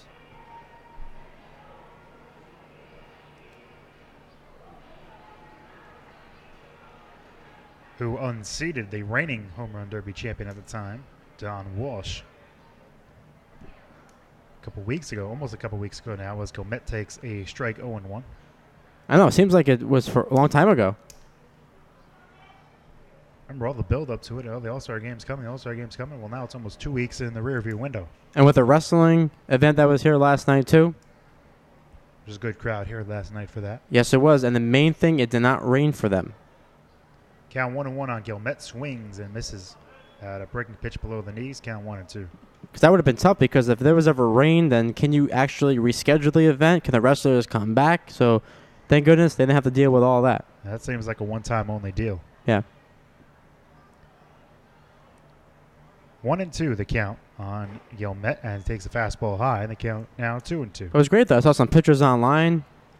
Rey Mysterio, Kevin Nash, all the good old-timers. I know you wish you could have come. 2-2 swing and a miss at a slow, looked like a changeup. 2 going here in the 5th inning, and that'll bring up the aforementioned Jason Gonzalez. The man who was responsible for those 2 runs that the Blues have tonight with that big hit in the 3rd. Which both teams scored that 1 inning, and that has been it. 6 strikeouts now for Imbriano through 4 2/3 innings.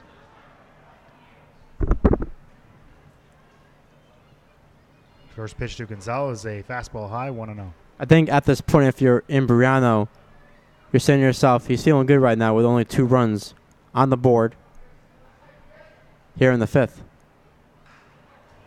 Gonzalez fouls that away, count even at 1-1.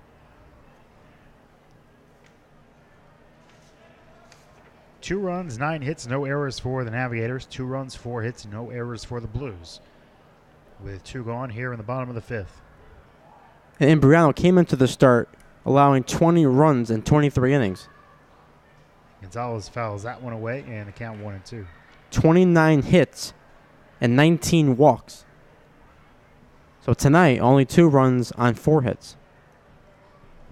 He is about to deliver his 94th pitch of the game on this 1-2 pitch to Gonzalez.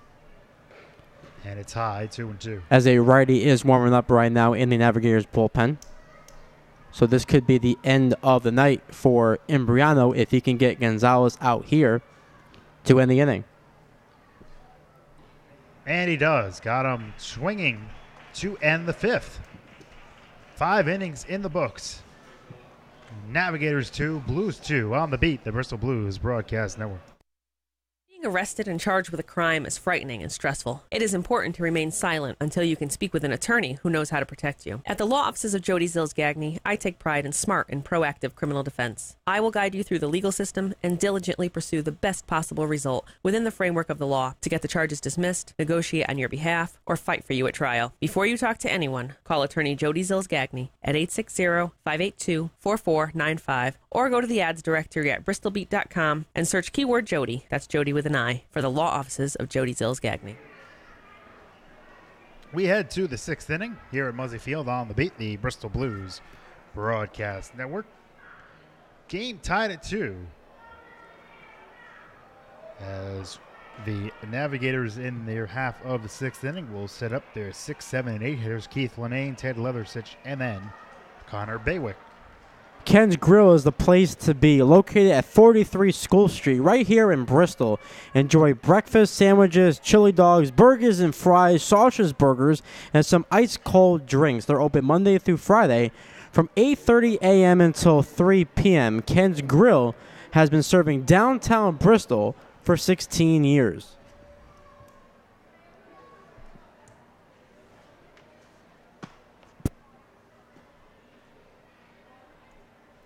I apologize. I said Linane was going to lead off. I misread my scorecard. And instead, it's Ted Leathersich with 7, 8, 9, the bottom third of the order. Leathersich swings and misses 0-1. Leathersich is 1 for 2. Singled in the second and grounded out to third in the fourth. And he's quickly down on the count 0-2 after fouling the 0-1 pitch straight back. You would think this is the last of Imbriano as the righty continues to throw in that bullpen for the Navigators.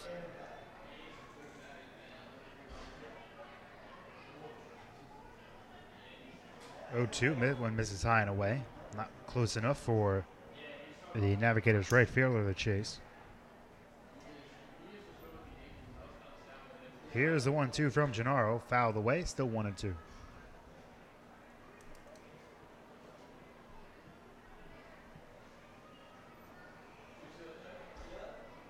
Gennaro came into this inning at 76 pitches. 1-2 in the dirt, 2-2. And next half inning, we'll take a look at the FCBL scoreboard. 3 other games taking place tonight, and we do have one final.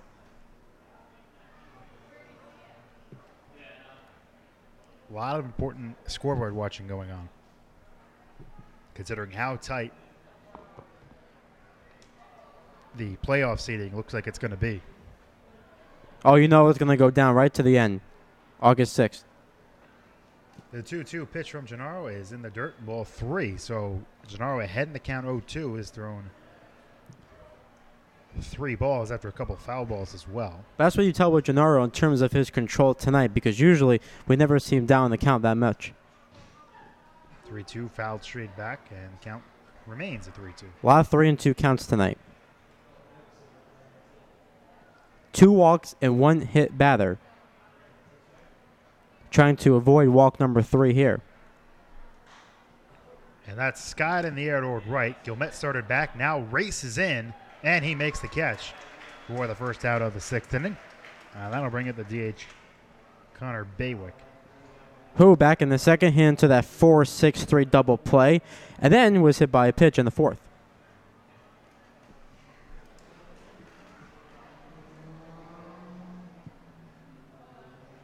Listed as a pitcher on the Navigators roster. Almost hit him there again. That one misses inside, ball 1. We saw Gennaro pitch 8 innings in his last start against the Silver Knights, and so far here, 1 out in the 6th. That's chopped on the ground to short. Frasca coming in, fires the first, and he just gets Baywick for the 2nd out of the 6th inning. Nice play by Frasca coming in there. And that'll bring up the center fielder, Brad Douglas. This is definitely so far looks like a nice clean inning for Gennaro. 2 quick outs, looking for number 3 with the number 9 hitter Douglas at the plate, who singled in his last at bat in the 4th. Rekimo misses outside, ball 1.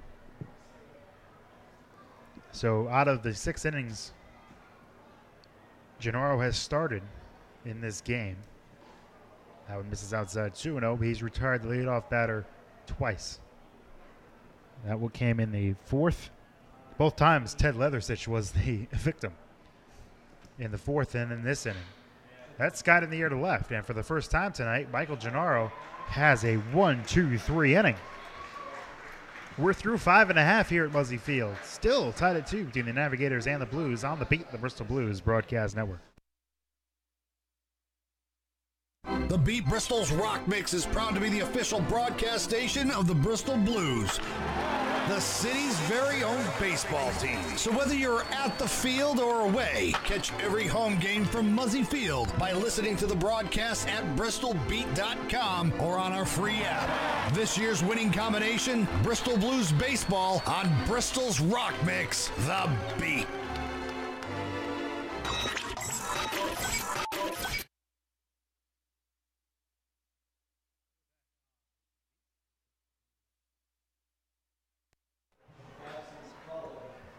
We're back on the beat, the Bristol Blues broadcast. Now we're game tied at 2 in the bottom of the 6th inning between the Navigators and the Blues. New pitcher on the mound for the Navigators, and it's Michael Gennaro's teammate at Babson. It'll be the right-hander Will Gallagher. He's appeared in one game for the Navigators this season, and he lost that game out of the bullpen. That was on June 30th against the Rock, so it's almost exactly a month that he has last pitched. In that game against the Rocks, he took the loss, went 3 innings, 3 runs, allowed 2 earned, 6 hits, no walks, and struck out 2. He is a native of Kingston, Massachusetts. 6 feet tall, 180 pounds. And with the classic high sock look, as the right-hander Imbriano's night is over. He goes 5 innings, allows 4 hits, 2 runs, 1 earned, walked 4, and struck out 7. A lot of pitches through about 95 pitches through 5 innings. So the Blues get into the Navigators' thin bullpen. Not a lot of guys available for them tonight. And the first one out of that bullpen is Will Gallagher. As we said, teammates with Gennaro at Babson. First pitch to Jake Frasca is swung on a missed 0-1. Frasca on the evening singled back in the 2nd inning. He later stole a base and flied out to center to end the 3rd. That's chopped on the ground over the head of Faulkson into left field for a base hit. So Frasca greets the new pitcher Gallagher with a single to open the 6th inning. That'll bring up Garrett Blaylock. Now we talk about the FCBL scoreboard for the Saturday, July 29th. We do have one final. Good news for the Blues fans. The Dirt Dogs lost to the Knights 5-3. And then, bottom of the 4th, the Suns, who will be here tomorrow, lead the Sharks 7-0. Fouled away by Blaylock, 0-1. And then in the East Division, in the bottom of the 3rd, the Seacoast Mavericks have a 5-3 lead over the Brockton Rocks at Campanelli Stadium. Frasca at first, nobody out in the 6th. Game tied at 2. Gallagher deals high, ball 1. You know, for the Blues, really kind of no winner in that game between Wachusett and Nashua earlier, that Nashua won, because Silver Knights are just behind the Blues in the league standings as pitches high to Blaylock 2-1. So it moves the Knights, should technically move the Knights a little closer, especially if the Blues lose this one, which is up in the air right now since we're tied at 2 in the 6th. Blaylock takes a strike on the outside corner, 2-2.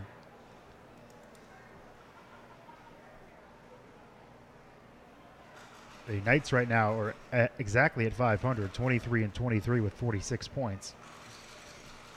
Blues are 21-20 entering this game with 42 points. They are 4-5 right now. Swing and a miss, strike 3. Blaylock down on strikes, first out of the 6th. That'll bring up Mitch Williams. That's the 3rd time that Blaylock has struck out. Once in the 2nd, the 4th, now the 6th. As Mitch Williams, who has reached base twice with a walk in the 2nd, and that ripped double in the 4th. Frasca at first, 1 away. Gallagher deals on the outside corner with a fastball 0-1. And our player of the game, Jeff Schoenfeld, on deck.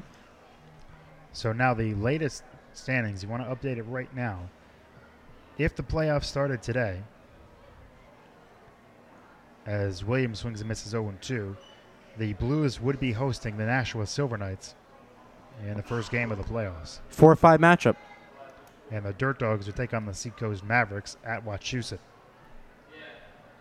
with the Rocks and the Suns getting by since they both lead their divisions. And again, the playoffs will begin on Monday, August 7th. Day after the season. So 1 week from Monday.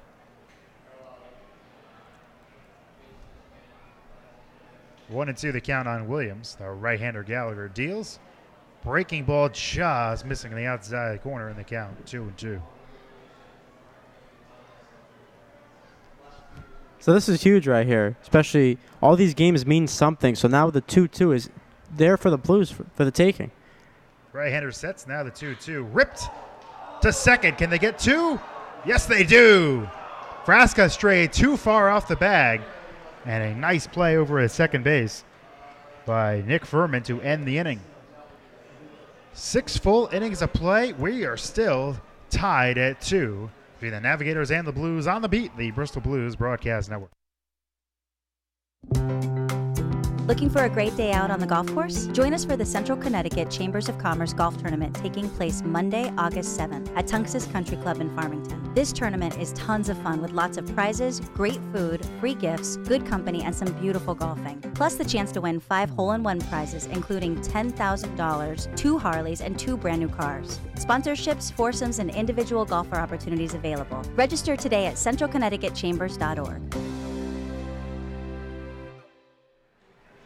We're back here on the beat as we now enter the top of the 7th inning as your Bristol Blues are tied with the Northshore Navigators 2-2 as Michael Gennaro is out to start the top of the 7th. As we mentioned in his last outing against the Silver Knights, pitched 8 innings in the victory, so giving the Blues a lot of length here tonight.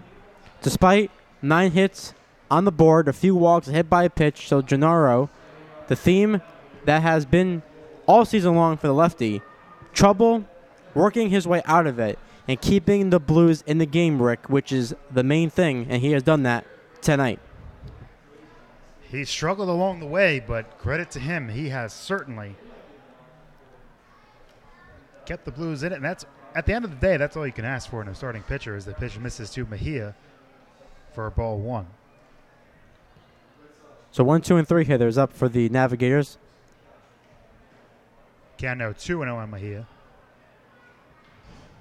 And Mejia has reached base twice to start the inning, back in the first, and then you mentioned the walk in the third. Foul back 2-1.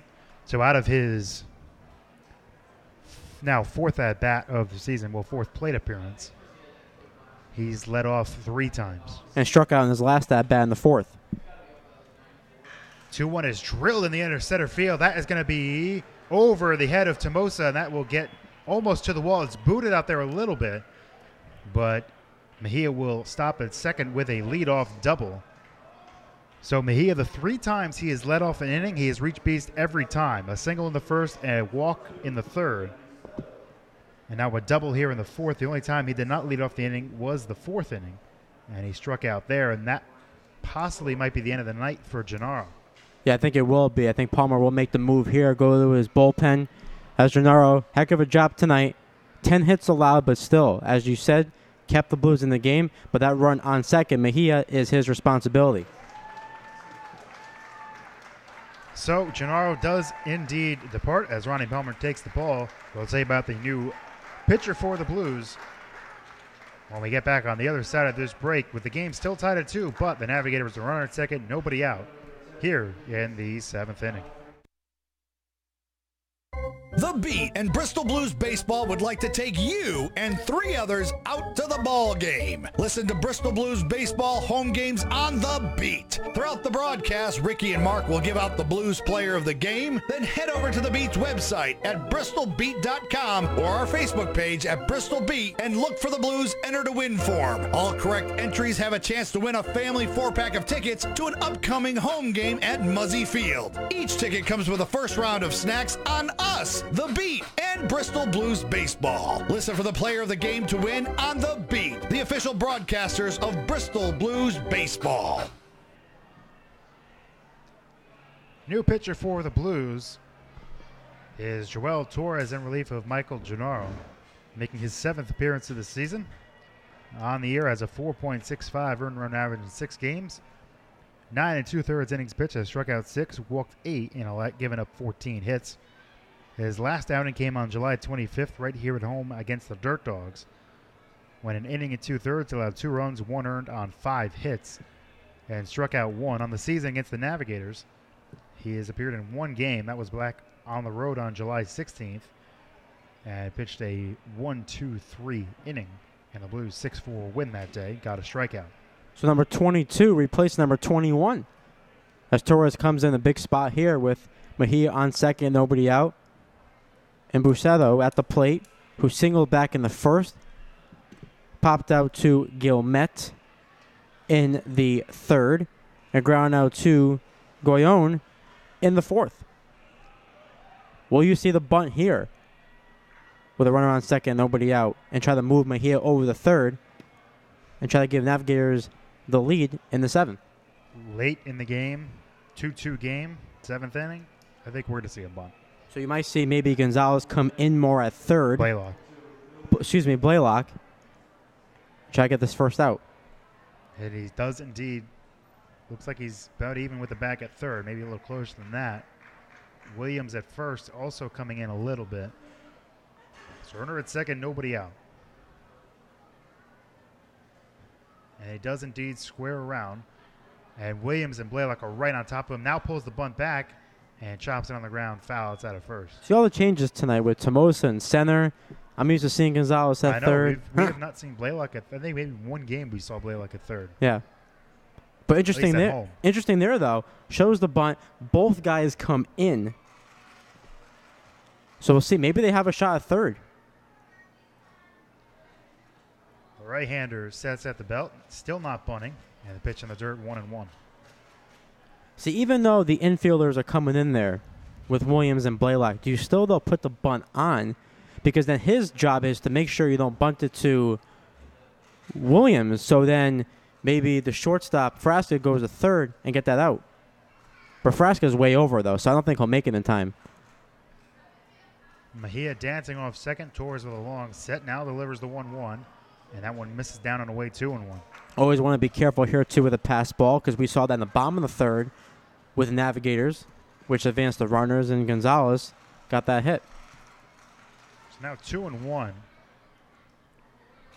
Maybe not inclined to bunt here. Has not squared around since that first pitch when he pulled it back. Still not bunting. Fastball high, 3-1. That was a close one there for Torres, but does not get the call, so now it's 3-1. As Folkson's on deck. 2-2 game in the 7th here at Muzzy Field. Count 3-1 on Billy Buceto. Torres deals. Down low and away, ball 4. So not the start that Torres wanted. As the Navigators have runners on first and second, nobody out for the third baseman, Nick Folkson.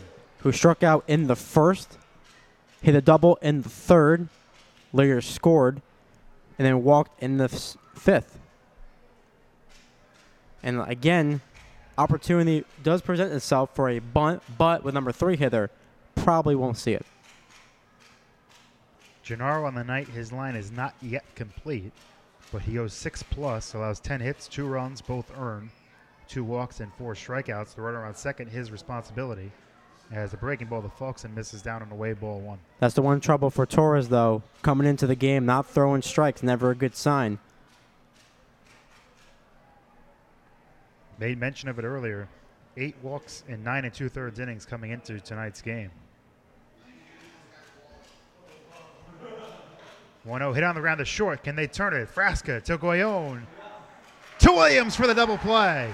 Big double play by Joel Torres. 6-4-3. And just like that, there's a runner at third and 2 men out here in the 7th inning.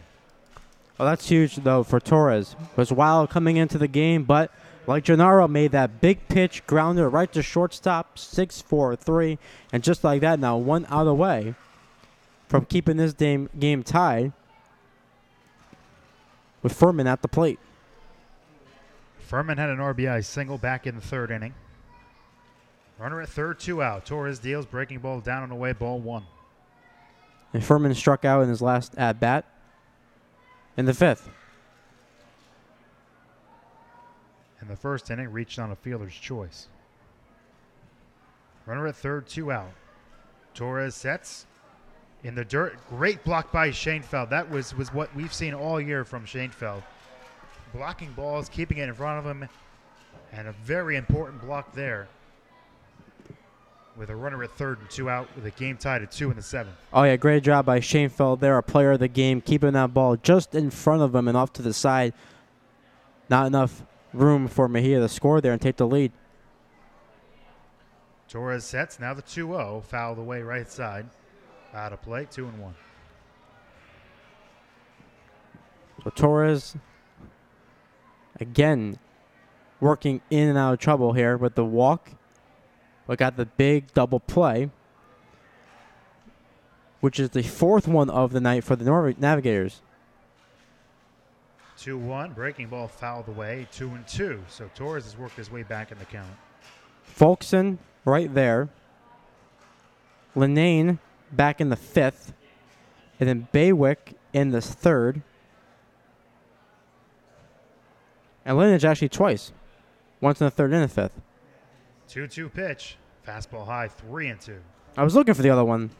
Then I just thought, oh, wait a minute. There's one guy with 2. So 4 total. That has certainly helped, especially since they've allowed, Blues pitching has allowed 10 hits. All by Gennaro, actually. 3-2 pitch. High and away, ball 4. So the second walk of the inning by Torres. Runners on first and third, 2 out for the Navigators. Then I'll bring up Alec Cargan. Cargan hit his first home run of the season last night in that loss. Singled in the 5th. And is up here with first and third. If the Navigators don't score here, they're going to be kicking themselves for all these opportunities, all these guys left on base. The right-hander Torres sets, fastball high and away, ball 1. Mejia led off this inning with a booming double to center. Billy Bacetta walked after Torres replaced Gennaro. Fastball high, 2-0. Then Nick Folkson banged it with 6-4-3 double play, and then Furman walked. As you see now, Schoenfeld go out to talk to Torres. Settle him down, relax him a bit, try to regroup.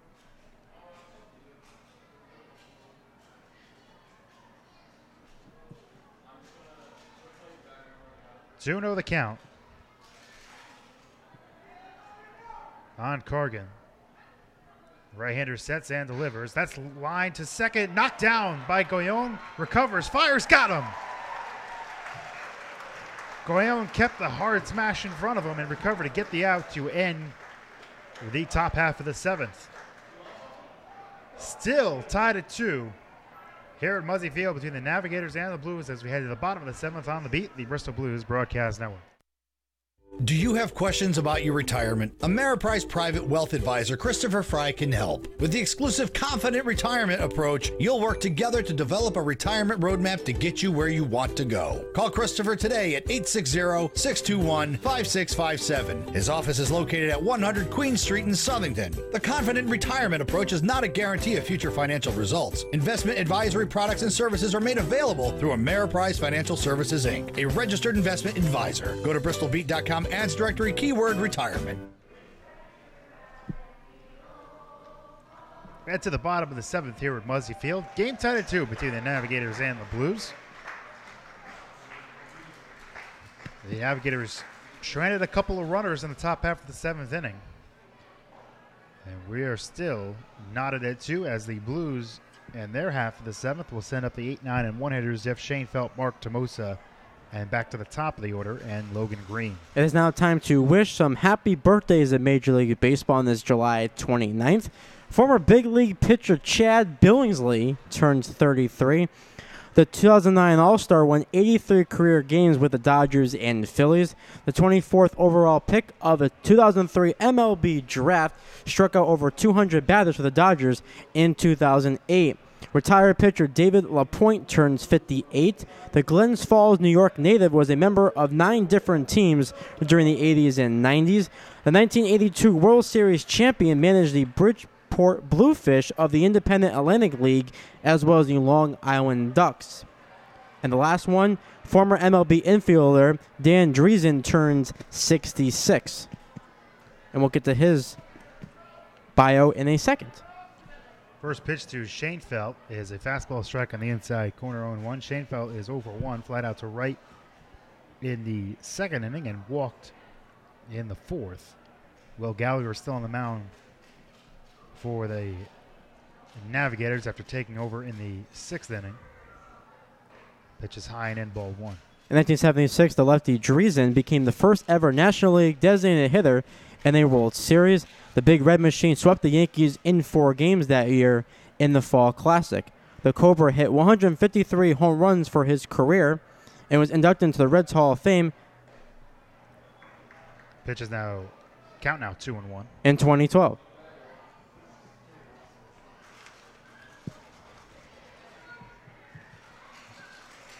You know, that 2003 first round and then a Major League Baseball draft, just looking it up, as a 2-1 to Schoenfeld, swung on and missed 2-2.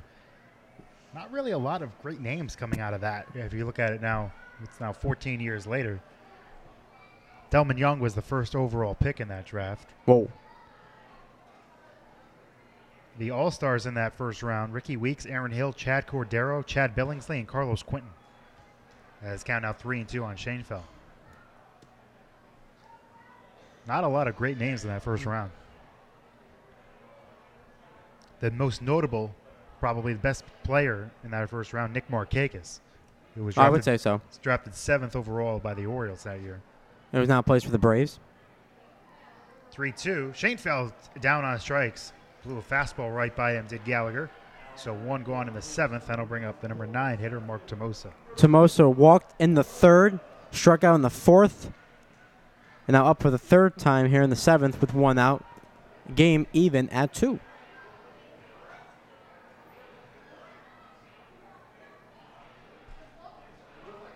A couple good players did get drafted later in that draft, just not in the first round. Is that Adam Jones, I say? Adam Jones by the Mariners, 37th overall. Pitch misses high to Tomosa, 1-0. Steal.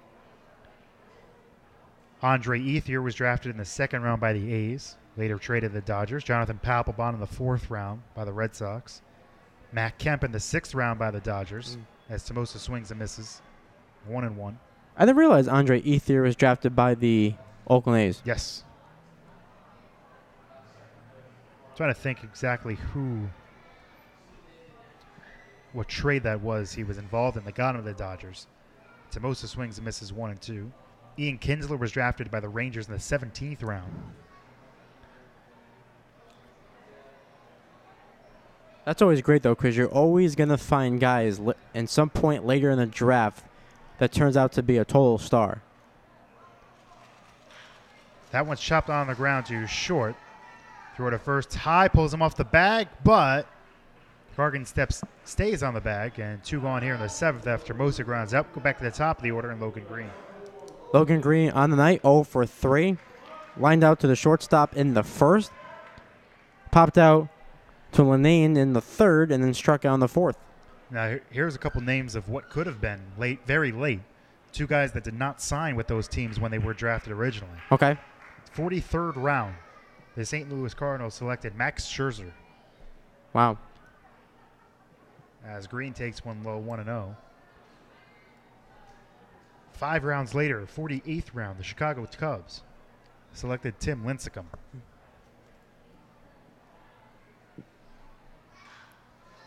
That one's fouled away, 1-1. Couple good names right there. Big fan of Lincecum and his whole repertoire. When I was younger, you know. You were very infatuated. I think that was probably one of your first prospect crushes back in the day. I still have the T-shirt. 1-1. Ripped up the middle. There's a solid single to center for Logan Green. So the Blues will try to start a 2-out rally in the 7th. Runner at first and 2 out, and that'll bring up Max Guillon. Maybe you'll see here Green take off and go to second base with 2 outs. Game tied at 2 here in the 7th. Good opportunity to steal that bag. Get into scoring position for Guillon, who has 1 hit already tonight.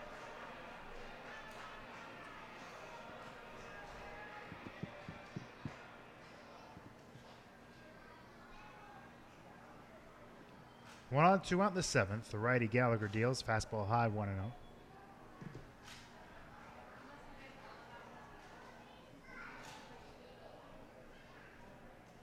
So Gallagher's teammates with Gennaro at Babson College.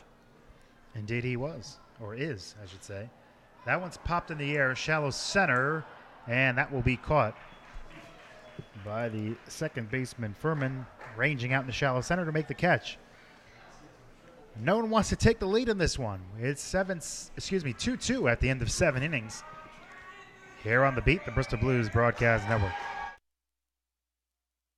The CV Mason Insurance Agency is a local, family-owned, independent insurance agency whose goal is to provide you with the best possible coverage at the best possible price. Their fully licensed staff will provide you the customer service you deserve. CV Mason, 254 Main Street, Bristol, insuring families and businesses since 1883. So rest assured, they aren't going anywhere. 860-583-4127. Online at CVMasonInsurance.com. CV Mason, there when you need them. To the 8th inning we go here at Muzzy Field. Game still tied at 2 between the Northshore Navigators and your Bristol Blues. Joel Torres back out for the 8th inning after working out of trouble in the 7th, and he'll face the 6, 7, 8 hitters, Keith Flanane, Ted Leathersich, and Connor Baywick. Now, you Blues fans out there, listen up. If you can't make it over here to Muzzy Field tomorrow for 2, don't panic because we have a solution for you. You can either watch a live stream of the game on BristolBluesBaseball.com or listen to every home contest on Bristol's Rock Mix, The Beat, the official broadcast station of your hometown, Bristol Blues. The catcher, Keith Flanane, leads things off for the Navigators. He is singled in the 2nd inning. In the 3rd inning, hit into an unfortunate double play when he flew out to center with a runner at 3rd and 1 out, and Mark Tomosa gunned down the runner Furman at the plate to end the inning. Pitched to strike 0-1, then hit into a 4-4-3 double play to end the 5th. Right-hander Torres deals the 0-1. Breaking ball chopped on the ground, foul. And the count 0-2. The Navigators should easily have, I would say, 5 to 6 runs. I would say probably 4 to 5. Yeah. But the point is they should at least have a lead. They have not taken advantage of a lot of opportunities. That one misses the outside corner 1 and 2. Oh, he was thinking about it. He was this close with going with that bat there, but pulls it back, and now the count is 1 and 2. I mean, you think about it. Tomosa gunning down the runner at the plate. That too, yeah. The 7th inning is that one chopped on the ground, foul. Still 1 and 2. How many innings in this game did the leadoff batter get on? Well, and nothing. They've had the leadoff man get on in every inning except the 4th and the 6th. They've had the leadoff man on in every inning. The 7th inning started with a double, and they could not bring home a run. On the outside corner, strike 3. Torres froze Linnaeus with a fastball. And he liked the call there. Did not like that call. So 1 gone in the 8th. You definitely don't want to get tossed there if you're Linnaeus, but did not like the call. Again, probably saying, make sure you do the same thing for my pitchers. First strikeout for Torres. And that strikeout brought to you by Unimetal Surface Finishing, LLC in Thomaston. This is a strike 0-1. They will donate $1 for every Bristol Blues pitcher strikeout throughout the 2017 season to support the Shepherd Meadows Therapeutic Riding Center as a part of the Shepherd Meadows Strikeout Club. And the count 0-2. So far, Torres complete opposite of what we saw last inning, throwing strikes wide away, getting ahead in the count, which he desperately needs. Again, drama here at Muzzy Field. Breaking ball got a piece, chopped it in front of the Blues dugout on the third base side. Still 0-2. And just a reminder, if the game is tied after 10, we go to a home run derby, which we have not seen at Muzzy this year so far. At least not an all-star game home run derby. All right. Yep. The regular season game, Blues have not been involved in a, as the pitch misses high, 1-2. Blues have not yet been involved, whether home or on the road. Nope. In an all-star, in a home run derby contest to decide the game. We've gotten close a couple times. We had a game go 10 innings, which the Blues lost. That one's hit high in the air, deep right field. Gilmet heading back, still going back. He makes the catch in front of Babe Ruth's number 3 sign out in right field for the second out of the 8th inning. And now Connor Baywick steps up to the plate. 0 for 2. Hands a double play in the second. Hit by a pitch in the fourth.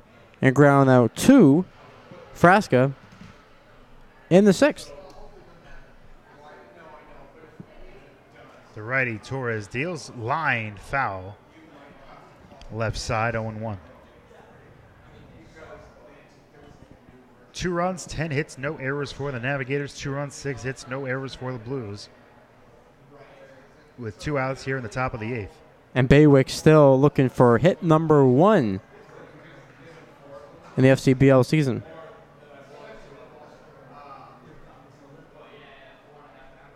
The righty deals, breaking ball misses, ball 1.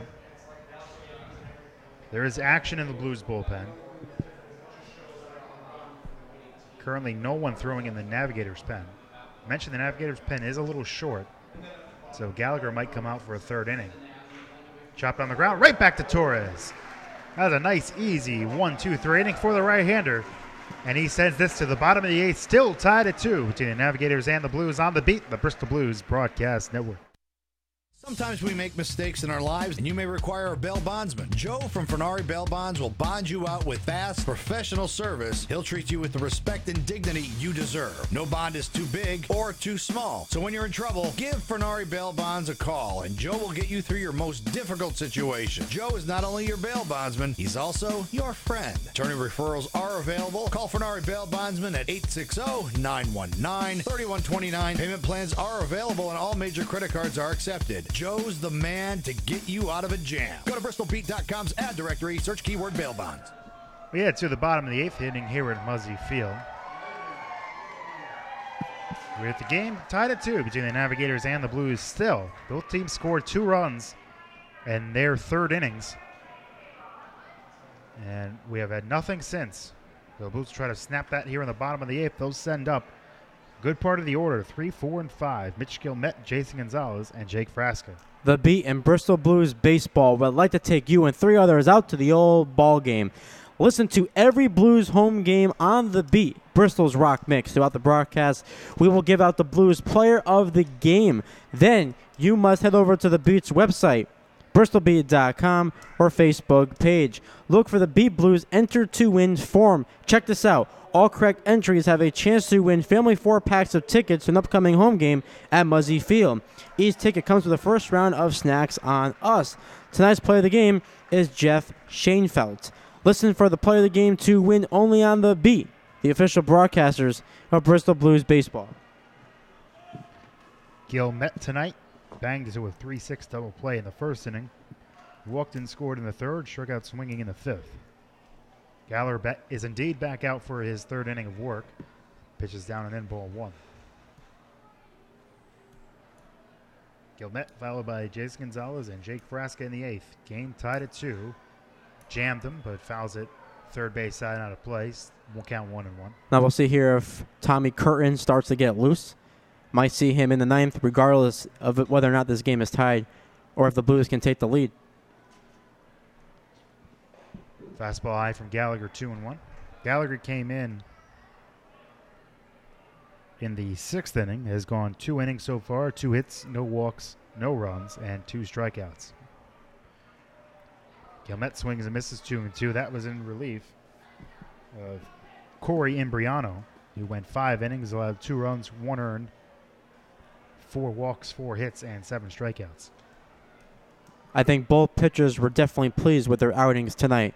Imbriano and, of course, Gennaro. 2-2 pitch to Gilmet. Breaking ball. Whoa.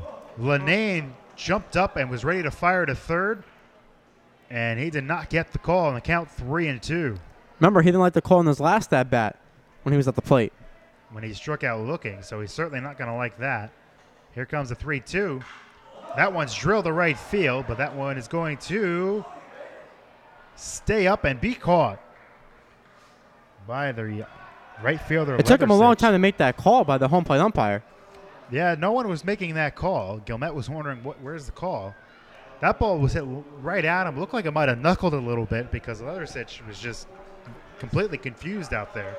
But at the last second, he made the catch and kept the glove under it for the first out of the 8th. Yeah, I don't think the first base umpire saw it because he kind of backed up and was waiting for the home plate umpire to make the call. So it took a couple seconds, but unfortunately for the Blues, Gilmet is retired as Gonzalez is now up.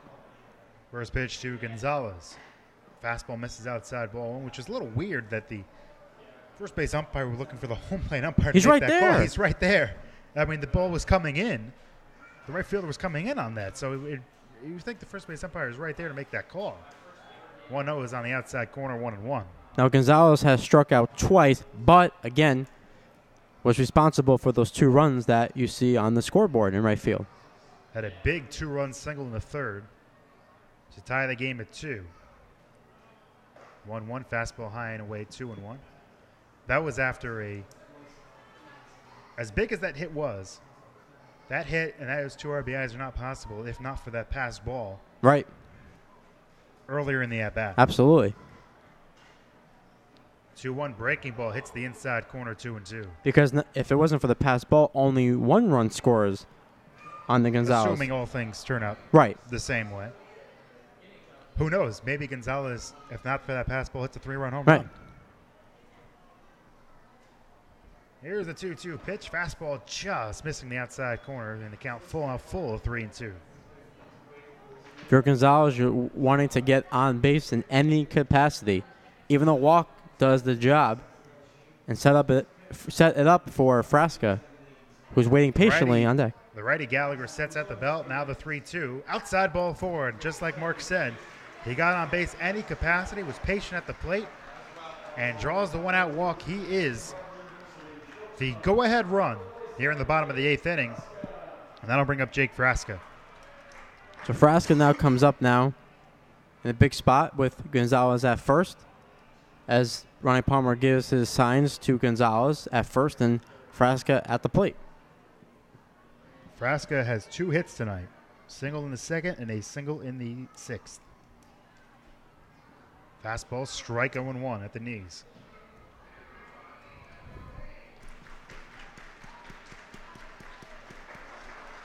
And Frasca is the one that leads the Blues in home runs on the season. 0-1, out in front, and pops it in the air to left. Waiting for it to come down. And making the catch is Mejia for the 2nd out of the 8th inning. And that'll bring up Garrett Blaylock. Now Garrett Blaylock can turn around his night. Despite striking out 3 times, the hat trick, he could put all that away right now with a big hit here to keep this inning alive with 2 outs. Gonzalez at first, 2 outs, bottom of the 8th. Game tied at 2 between the Navigators and the Blues. The right-hand right of Babson sets and delivers, foul back 0-1. I like that approach there by Blaylock, who has struck out 3 times on the night, but right there, aggressive first pitch fastball, but fouls it back.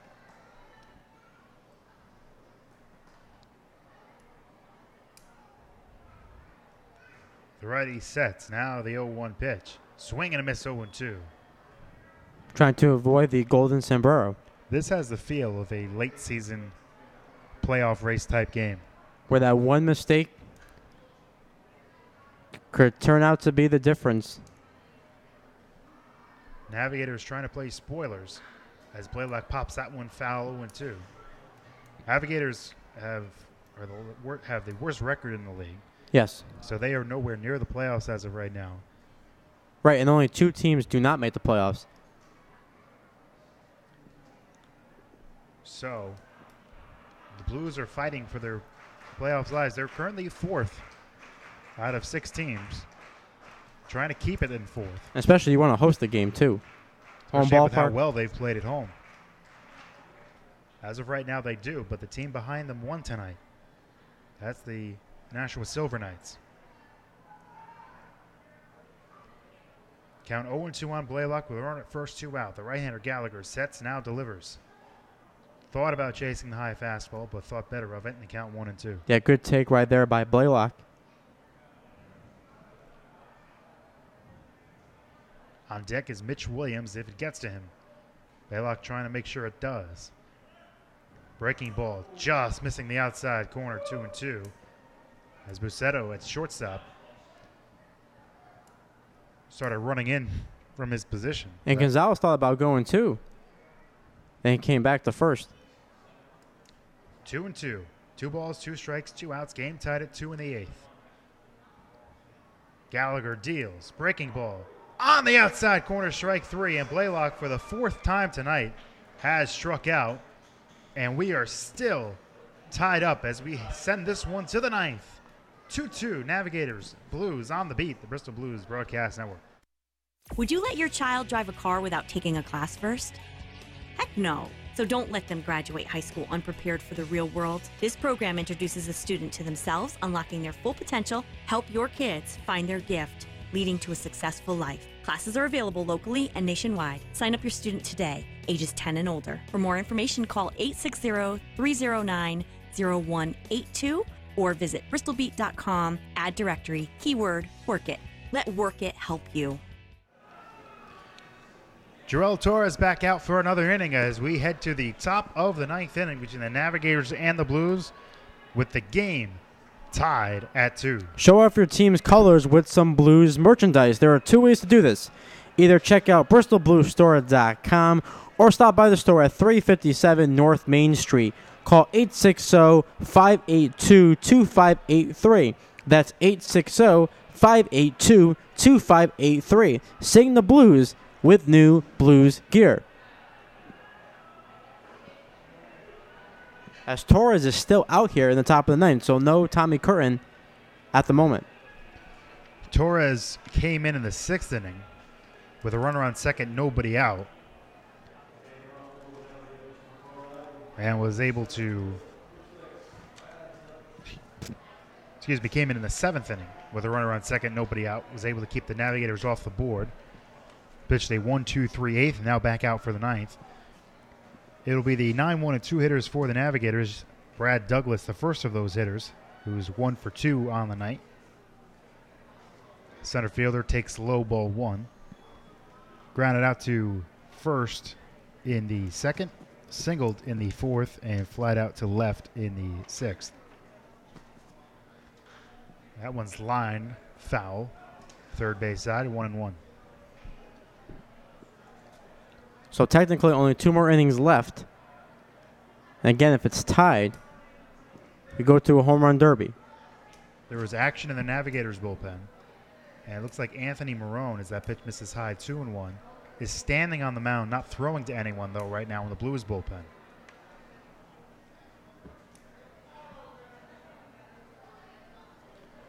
Two and 1 the count on Douglas. Down and in, ball 3. If you're a Torres, you don't want to do what you did in the 7th with the control issues. Everything was fine last inning. Want to keep it that way, especially don't want to walk the leadoff hitter when the game's tied late. The righty sets now the 3-1 outside, ball 4. So Torres walks Douglas to start the 9th inning. Another leadoff man on for the Navigators. And that'll bring up Jeff Mejia. And Douglas on the season has 5 stolen bases, but has been caught 3 times. We have seen Shane Felt many times this year throw out that runner at second. Mejia bunts, misses inside, ball 1. Especially with someone bunting, you want to make sure you throw a strike, and you'll get the out if you execute the play and the throw. So you expect the bunt to be on again with Mejia. Blaylock coming in from third. They 1-0. Bunts toward first, but foul, 1-1. That was a good bunt, though. Exactly what you want to do. First base allows the guy to go to second, but bunts a foul. Count 1-1. The Navigators have sent 9 men up to lead off an inning. 6 of them have reached base, though they just have 2 runs on the board, both of them coming in the third as Torres checks on Douglas at first.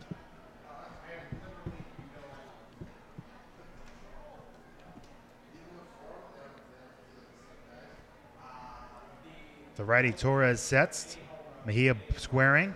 Breaking ball misses outside. 2-1. I think if you're Mejia, keep the bunt on because Torres not throwing strikes right now. And he's given the Blues an out, basically, with a bunt attempt. Again squaring. Blaylock right on him. And he missed the bunt attempt. And the count 2-2. So now the bunt will likely be taken off. Yeah, you would think so, especially with the game tied. Can't take a chance here, even though Mejia probably could get a bunt down, as now this allows Blaylock to back up a little bit at third. Tried to push at it, and it just came up empty. Runner at first, nobody out, top 9, game tied at 2. Torres deals, not bunting, and that one's lined to right center field. That's going to get down for a base hit. Douglas turning, he's going to head to third. The throw by Tomosa comes into second, and the Navigators are set up here in the top of the 9th. After 2 failed bunt attempts by Mejia, he swings away on the 2-2 pitch and lines a single to right center. And the Navigators at first and third, nobody out, with the 2, 3, and 4 hitters due up. And that's the 4th time in 5 at-bats that Mejia has reached. So he couldn't get the bunt down, but it worked in his favor because he got the hit right there, moved Douglas all the way to third. As Shane Fout went out to talk to Torres, trying to give more time to those relief pitchers. Maybe we'll see a change here as Palmer will make a change with first and third, nobody out. So Torres cannot get an out in the 9th inning. And whoever comes in the 9th here will have a lot to work with. Runners on the corners for the Navigators in the top of the 9th, nobody out as Torres departs. And we'll tell you about the new pitcher on the other side of this break. Stay with us. We'll be back in a bit. Being arrested and charged with a crime is frightening and stressful. It is important to remain silent until you can speak with an attorney who knows how to protect you. At the law offices of Jody Zills Gagny, I take pride in smart and proactive criminal defense. I will guide you through the legal system and diligently pursue the best possible result within the framework of the law to get the charges dismissed, negotiate on your behalf, or fight for you at trial. Before you talk to anyone, call attorney Jody Zills Gagny at 860-582-4495 or go to the ads directory at bristolbeat.com and search keyword Jody, that's Jody with an I, for the law offices of Jody Zills Gagny. Tommy Curtin, the new pitcher for the Blues. The Blues closer comes into the game with runners on the corners, nobody out in the top of the 9th inning with the game tied at 2. Curtin on the season 0-1 with a 1.58 ERA in 11 games. 11 1/3 innings pitched. He has struck out 16, walked just 3, and surrendered 9 hits. He's also picked up 10 saves. His last outing came on July 22nd against the Silver Knights. Got the save in that one on the road. Went an inning, walked 1, struck out 1. The Blues 8-6 win. This is his last appearance in a regular season game here at Muzzy Field was all the way back on July 9th against the Sharks. I say his last appearance in a regular season game because he did pitch in the All-Star game here at Muzzy Field on July 18th. Went an inning in that game, did not allow a run on 2 hits. On the season, he has yet to face the Navigators. So this will be the first time the Navigators get to face him. Tough spot for Curtin to come in. At third is Brad Douglas, who walked to lead this inning off against Joel Torres, on for his 3rd full inning of work. Mejia, after failing to drop the bunt down on a 2-2 pitch, lined a single to right center. Douglas went to third. Runners on first and third. Nobody out is the situation Curtin finds himself in. And he'll face Billy Bucetto as his first batter. Now, of course, this is the guy you want in, as you mentioned, the all-star. Now, of course, not in the situation that is presented to him with first and third, nobody out. So has to play Houdini act to try to keep this game tied at 2. And we'll see here if he can do that, but a tough task at hand, especially with the 2, 3, and 4 hitters coming up. Bucetto on the night is 1 for 3. Singled in the first, flied out to right in the third, grounded out to second in the fourth, and walked in the 7th. Infield in. Curtin deals. Breaking ball high and in ball 1. But tough task. You ask any pitcher to come into the game with first and third, nobody out, game tied. Curtin is as good as they come in this league. But it is a tough spot for him. Let's see if he can get through it. 1-0. Chopped on the ground to second. And here comes the throw to the plate. It's going to be way late. Not a good decision, I think, on Max Goyon's part on such a high chop to second base. Douglas has good speed. That would be a tough play to try to get him at the plate. So no out recorded. The go-ahead run does score. The Navigators take a 3-2 lead in the 9th inning. Yeah, tough job there by Goyon. And obviously, the guy's coming from third, so your initial reaction is go to home plate, throw is offline, and just like that, Navigators take a 3-2 lead, looking for more.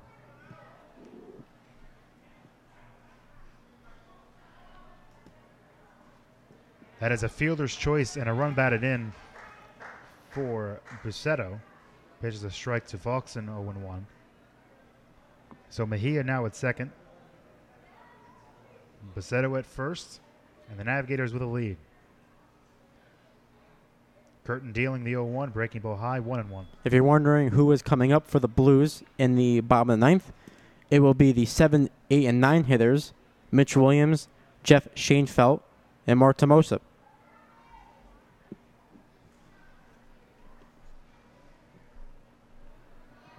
Curtin now deals a 1-1 inside. That was up and in to Faulkson. That one slipped away from him.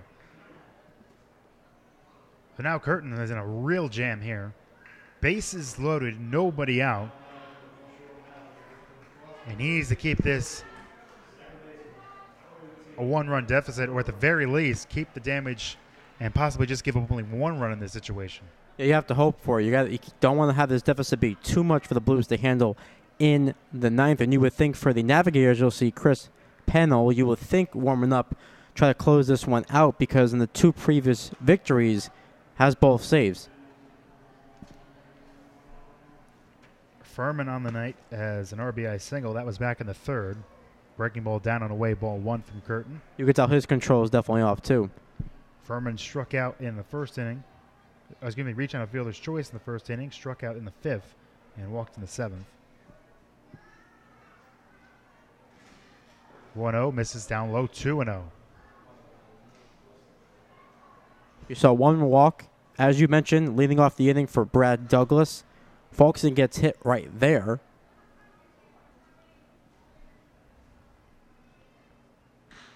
Chopped high on the ground to third. Blaylock will go to first for the out. You know, they had a force at home since the bases were loaded. Blaylock could have tried to throw home and get the force there, but instead he tried to take the out at first and he got it. But a run does score. It's 4-2 Navigators now. And runners on second and third went out looking for more, with Alec Cargan stepping to the plate. Who has 2 hits already on the night, looking for number 3. Check the swing, and he did go. Count 0-1. As you see now, everyone in the Blues infield is moving in. Now you got to cut down that runner at the plate if he's going.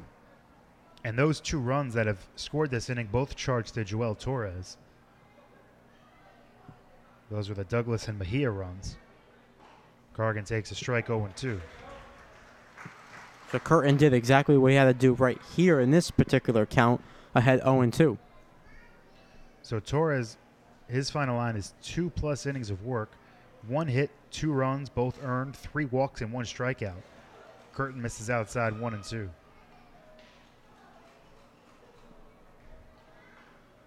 As you see, a righty is warming up in the Navigators in the bullpen. You would think it's Pennell, but we have to wait and see. 1-2, chopped on the ground slowly right side. And Curtin lets it go foul at the last second. Nice job by Curtin there, not feeling that ball right away. Yeah, you have to wait the last possible second. Make sure that ball goes foul, which it did. So now we'll do it all over again at 1-2. On those type of plays, there's nothing you can do. Just let it wait until we see what happens because, of course, there, if it stayed fair, what can you do? The runner was going to score anyway. Right. So he might as well just wait and see at that point, and he did, and then it rolled foul. So the count's still 1-2 on Corrigan. Runners on second and third, one out. Curtin deals. Outside and low, 2-2. At third is Bucetto, who drove home the go-ahead run this inning on a fielder's choice. Falkson is at second. Swing and a miss, strike three. A good hard breaking ball diving down and in that Corrigan swung over the top of. So 2 gone here in the ninth.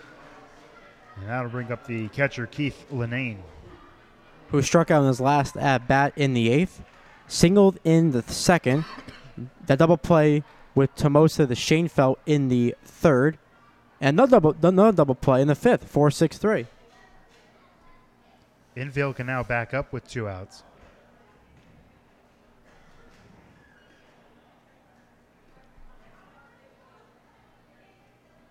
Breaking ball popped up right side. Will it stay in play? Williams makes the catch, stumbling to end the inning. Time to get the rally caps on. 2 runs for the Navigators in the top of the ninth. They take a 4-2 lead. And the Blues will try to scratch out a couple runs in the bottom of the ninth. Here on The Beat, the Bristol Blues Broadcast Network. The Beat Bristol's Rock Mix is proud to be the official broadcast station of the Bristol Blues, the city's very own baseball team. So whether you're at the field or away, catch every home game from Muzzy Field by listening to the broadcast at bristolbeat.com or on our free app. This year's winning combination, Bristol Blues baseball on Bristol's Rock Mix, The Beat.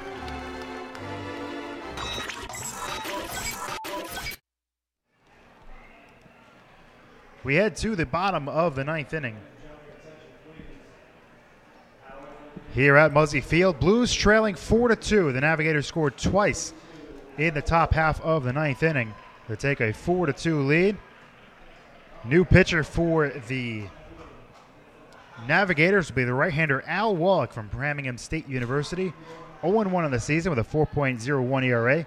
13 games he has appeared in, 4 of them starts. 33 2/3 innings pitched, 23 strikeouts, has walked 9, and allowed 39 hits. He last pitched on July 28th against the Dirt Dogs. Went an inning, allowed 4 hits in that game, but amazingly no runs. He has yet to make an appearance against the Blues this season, and as we were told earlier by the Navigators stat man, Al Wallach has now pitched with this appearance in every single FCBL stadium, both current and former. There's a couple teams that have folded in the FCBL over its brief history.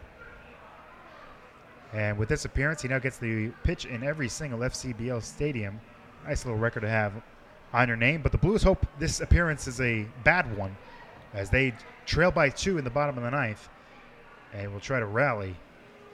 And they'll send up the 7, 8, 9 hitters to try to do it. Mitch Williams, Jeff Schoenfeld, and Mark Tomosa. Now make sure you join us for our next broadcast tomorrow against Pittsfield at 3:30. And just a friendly reminder that Game 1 will continue at that time in the top of the 3rd inning with the Blues leading the Suns 3-0. Game 2 will begin shortly at the end of Game 1. It is also Christmas in July tomorrow here at the ballpark. If you donate a new toy, you will receive a free general admission ticket. And as always, if you can't make it over here in the Muzzy Field, you can catch all the action on The Beat, Bristol's Rock Mix. The Beat is proud to be the official broadcast station of the Bristol Blues. Mitch Williams starts things off. He has reached twice in this game. First pitch from Wallach, outside ball 1. Williams walked in the 2nd, doubled in the 4th, and hit into a double play in the 6th.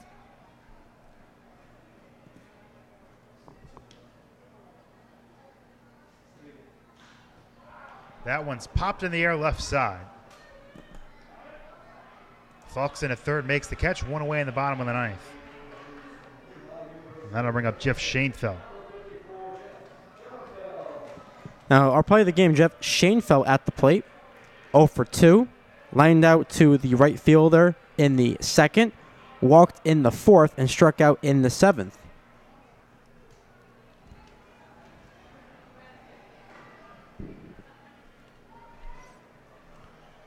One out, nobody on. Bottom of the ninth, Blues trailing by 2. Navigators scored twice in the third. Blues scored twice in the third. And no one scored until the top of the ninth when the Navigators put another 2 spot on the board. There's a fastball on the outside corner, 0-1 to Schoenfeld. So maybe Chris Pennell is not available tonight because we were informed that many of the Navigators pitchers were not going to make an appearance tonight. Righty Wallach deals. High ball 1. I think the manager thought, you know what, let the kid make history, pitch in every ballpark now. That's pretty impressive. That is pretty impressive, especially, I mean, obviously that means he's been in the league quite a while. You know, a senior, so after this season, as there's a strike 1 and 2 to Schoenfeld, he will not be eligible for this league anymore after he graduates. Just looking for any guy to reach on base and send up the tying run as Tomosa's on deck. Schoenfeld looking to get on the 1-2, high ball 2.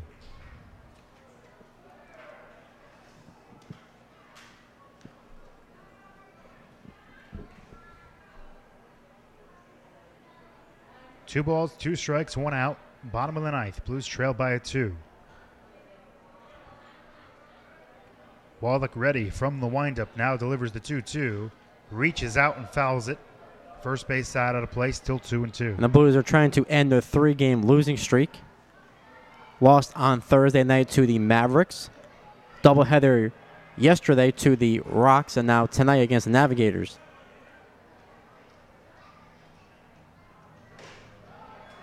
That one misses, ball 3. So Schoenfeld showing his good eye at the plate again. Trying to work his way on and send the tying run to the plate. Just get on. Send up the tying run. And the Blues always seem to make things a little more interesting here late in these games. 3-2. Fouled straight back over our heads. Still 3-2. But a great at-bat for Schoenfeld. Just needs one more ball to reach first base.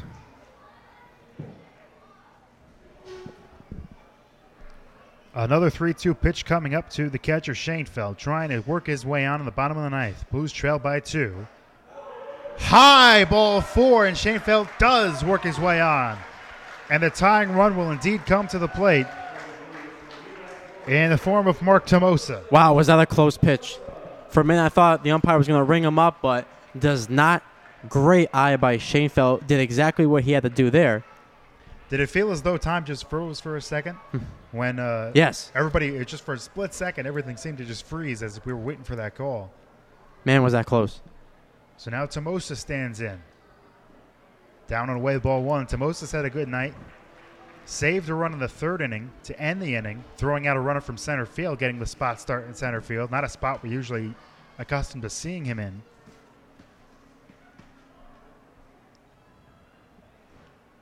Here comes the 1-0. Foul at the plate, 1-1.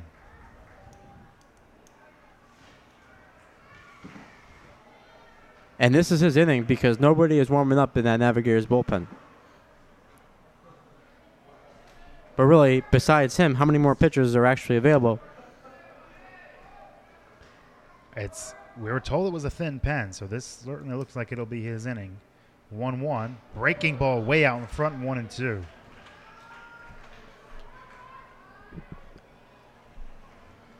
The native of Willington, Connecticut, trying to keep the line moving with 1 out in the bottom of the ninth. He has not hit a home run this season. Breaking ball high and in. Has the bend down the way. The count even 2-2. All these Blues hitters making the pitcher work here for every single out. 2-2 count. Wallach sets at the belt. Now the 2-2. Hit high in the air, deep left field. This one is going to be caught at the wall. Oh, Tomosa just missed that one. Right in front of the Bristol beat sign out in straightaway left field. Tomosa just missing his first home run of the season. What a first home run it would have been. Especially you mentioned that he didn't have a home run all season long. As deep as you can hit it, just at the wall. I thought for a second he had it. But now it's 2 outs as Green tries to keep this game alive. That Blues dugout came spilling out onto the field, thinking that just tied the game. That was close. Instead, it was caught right at the wall. So 2 outs. Runner at first, Logan Green. Fastball on the outside corner, 0-1. And Green singled in his last at-bat in the 7th. Only time he has reached base tonight, looking for number 2. Could not come at a better time to keep this game alive.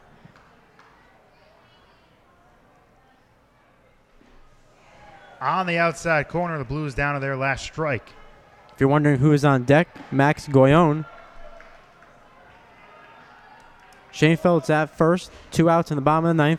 0-2 count on Green. Green trying some way to keep this game going. Blues down by 2. Wallach sets and deals. Fastball outside, 1-2.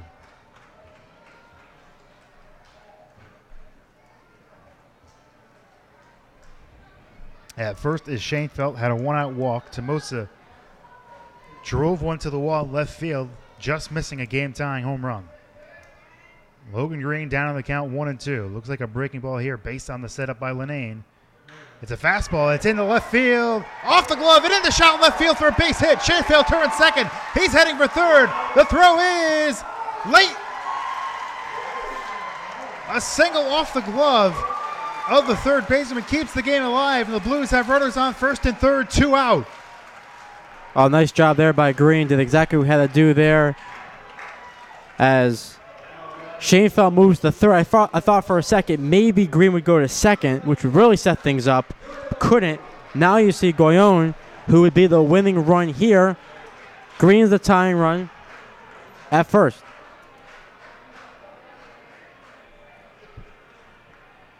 First and third, 2 out. Blues trail by 2 in the bottom of the 9th. That's what we love about the Blues, though. Never go quietly. Always a fight and a grit from this team.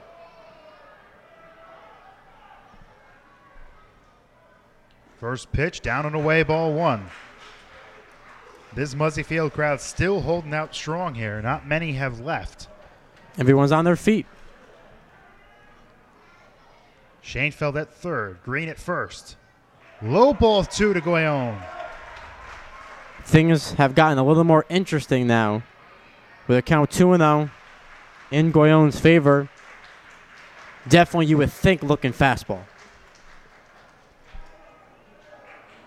Wallach sets. Now delivers the 2-0. Hit on the ground to third. Foul ball, says the home plate umpire. Muzzy Field crowd leapt to his feet thinking this game was going to be a 4-3 game and continuing. Instead, the home plate umpire said foul ball in the count 2-1. Oh, that could have been 2. Oh, that was just close. Everything's been so close this inning. Green at first base has good enough speed. He might have scored on that. Yeah, you would think so. Now the count 2-1. Breaking ball down and away, 3-1. On deck is Mitch Gilmet, who came into this game hitting over 400.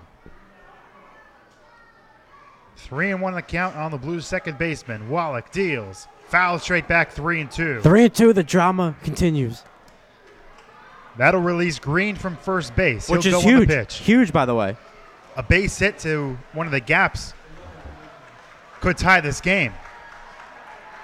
So let's set it up. First and third, 2 out, bottom of the 9th. Blues trailing by 2. Wallach sets the 3-2. Foul back. We're going to do it again. All these Blues players continue the battle, have a great at-bat. They never say die. It's an unbelievable attitude that they have had all season long, and it continues even right here. We'll do it again. The 3-2 pitch to Goyon. Wallach sets and delivers. Up the middle. There's a base hit to center field. Schoenfeld scores. Green continues on his way to third.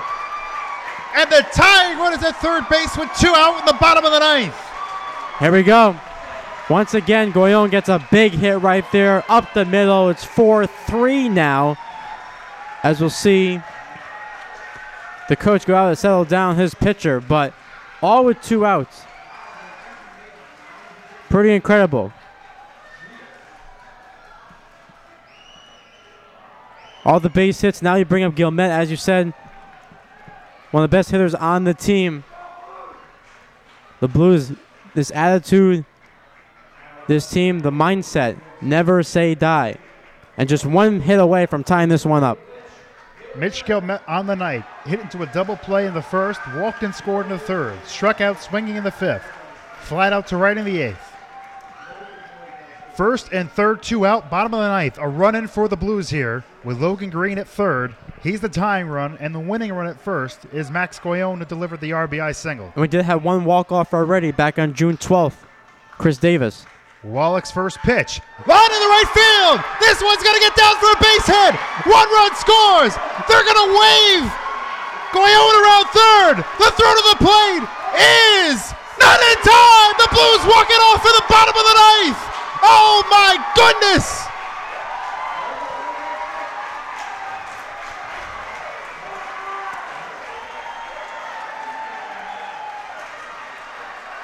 Once again, on cue with the second walk-off. What a hit by Guillemette. The 2 outs. Green gets on. Goyon gets on. Rip into right field for Guillemette. And just like that, the Blues do it once again at home. Unbelievable. And they chase Guillemette all the way almost to the spot he hit that ball in the deep right field.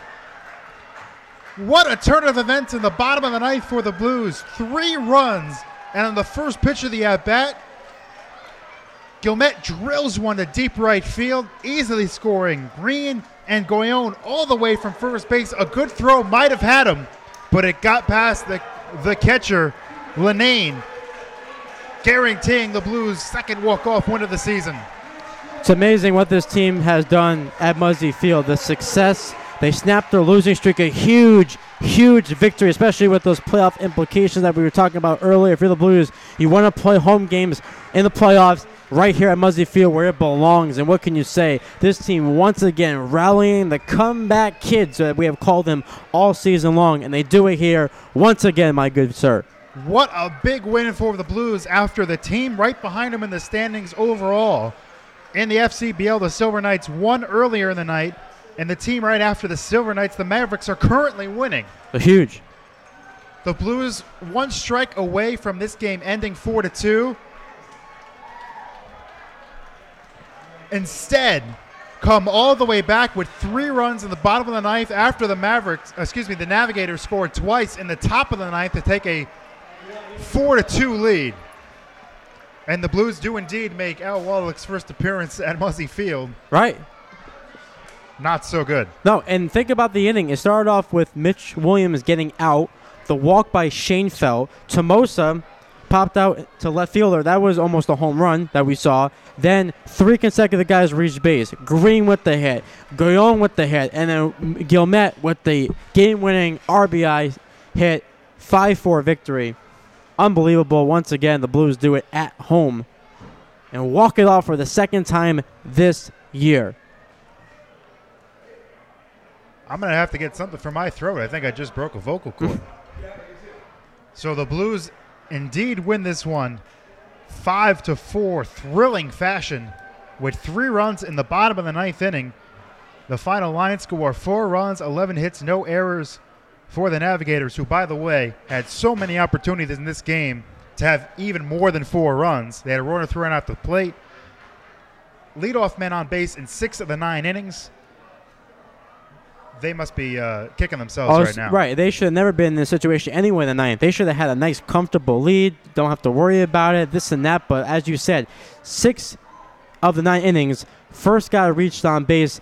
Didn't matter, though. The Blues pitchers, whether it was Torres or Gennaro, even Curtin there in the ninth, worked into and out of trouble, kept the game close enough for the Blues to come back, which they did again. What can you say about this team, and especially to snap their losing streak at home? Now you see what happens tomorrow with those 2 games against the Suns. So 4 runs, 11 hits, no errors for the Navigators. 5 runs, 9 hits, no errors for the Blues. The win goes to Tommy Curtin. The loss to Al Wallach. The Blues now 22-20, 44 points on the season. They are still in 4th overall in the FCBL standings. The playoffs started right this second. The Blues would be hosting a playoff game against the Nashua Silver Knights.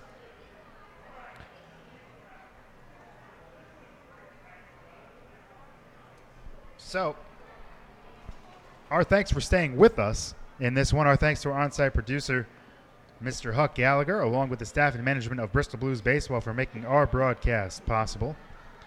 As Mark said, the next game, or I should say next games, will be tomorrow. That starts at 3:30 against the Suns. First of two. They play the end of that one. That was a suspended game, and then they play a 7-inning game, the regularly scheduled game, about a half hour after that one starts. It's also Christmas in July tomorrow here at the park. If you choose to, you can donate a toy. You'll receive a free general admission ticket. So don't forget that first game starts at 3:30. So the gates will open probably around, I'd say 2 o'clock or so. If you can't make it to the game, you can catch it all right here on the beat. It began with the pregame show just a few minutes before first pitch. Right here on the beat, the Bristol Blues Broadcast Network. So from all of us here at Muzzy Field, my name is Rick Finaro, alongside my good buddy, as always, Mr. Mark Ferraro, saying have a good night, anybody, and enjoy this fantastic Bristol Blues win. Again, 5-4 Blues walk it off in the bottom of the ninth. Good night, Bristol.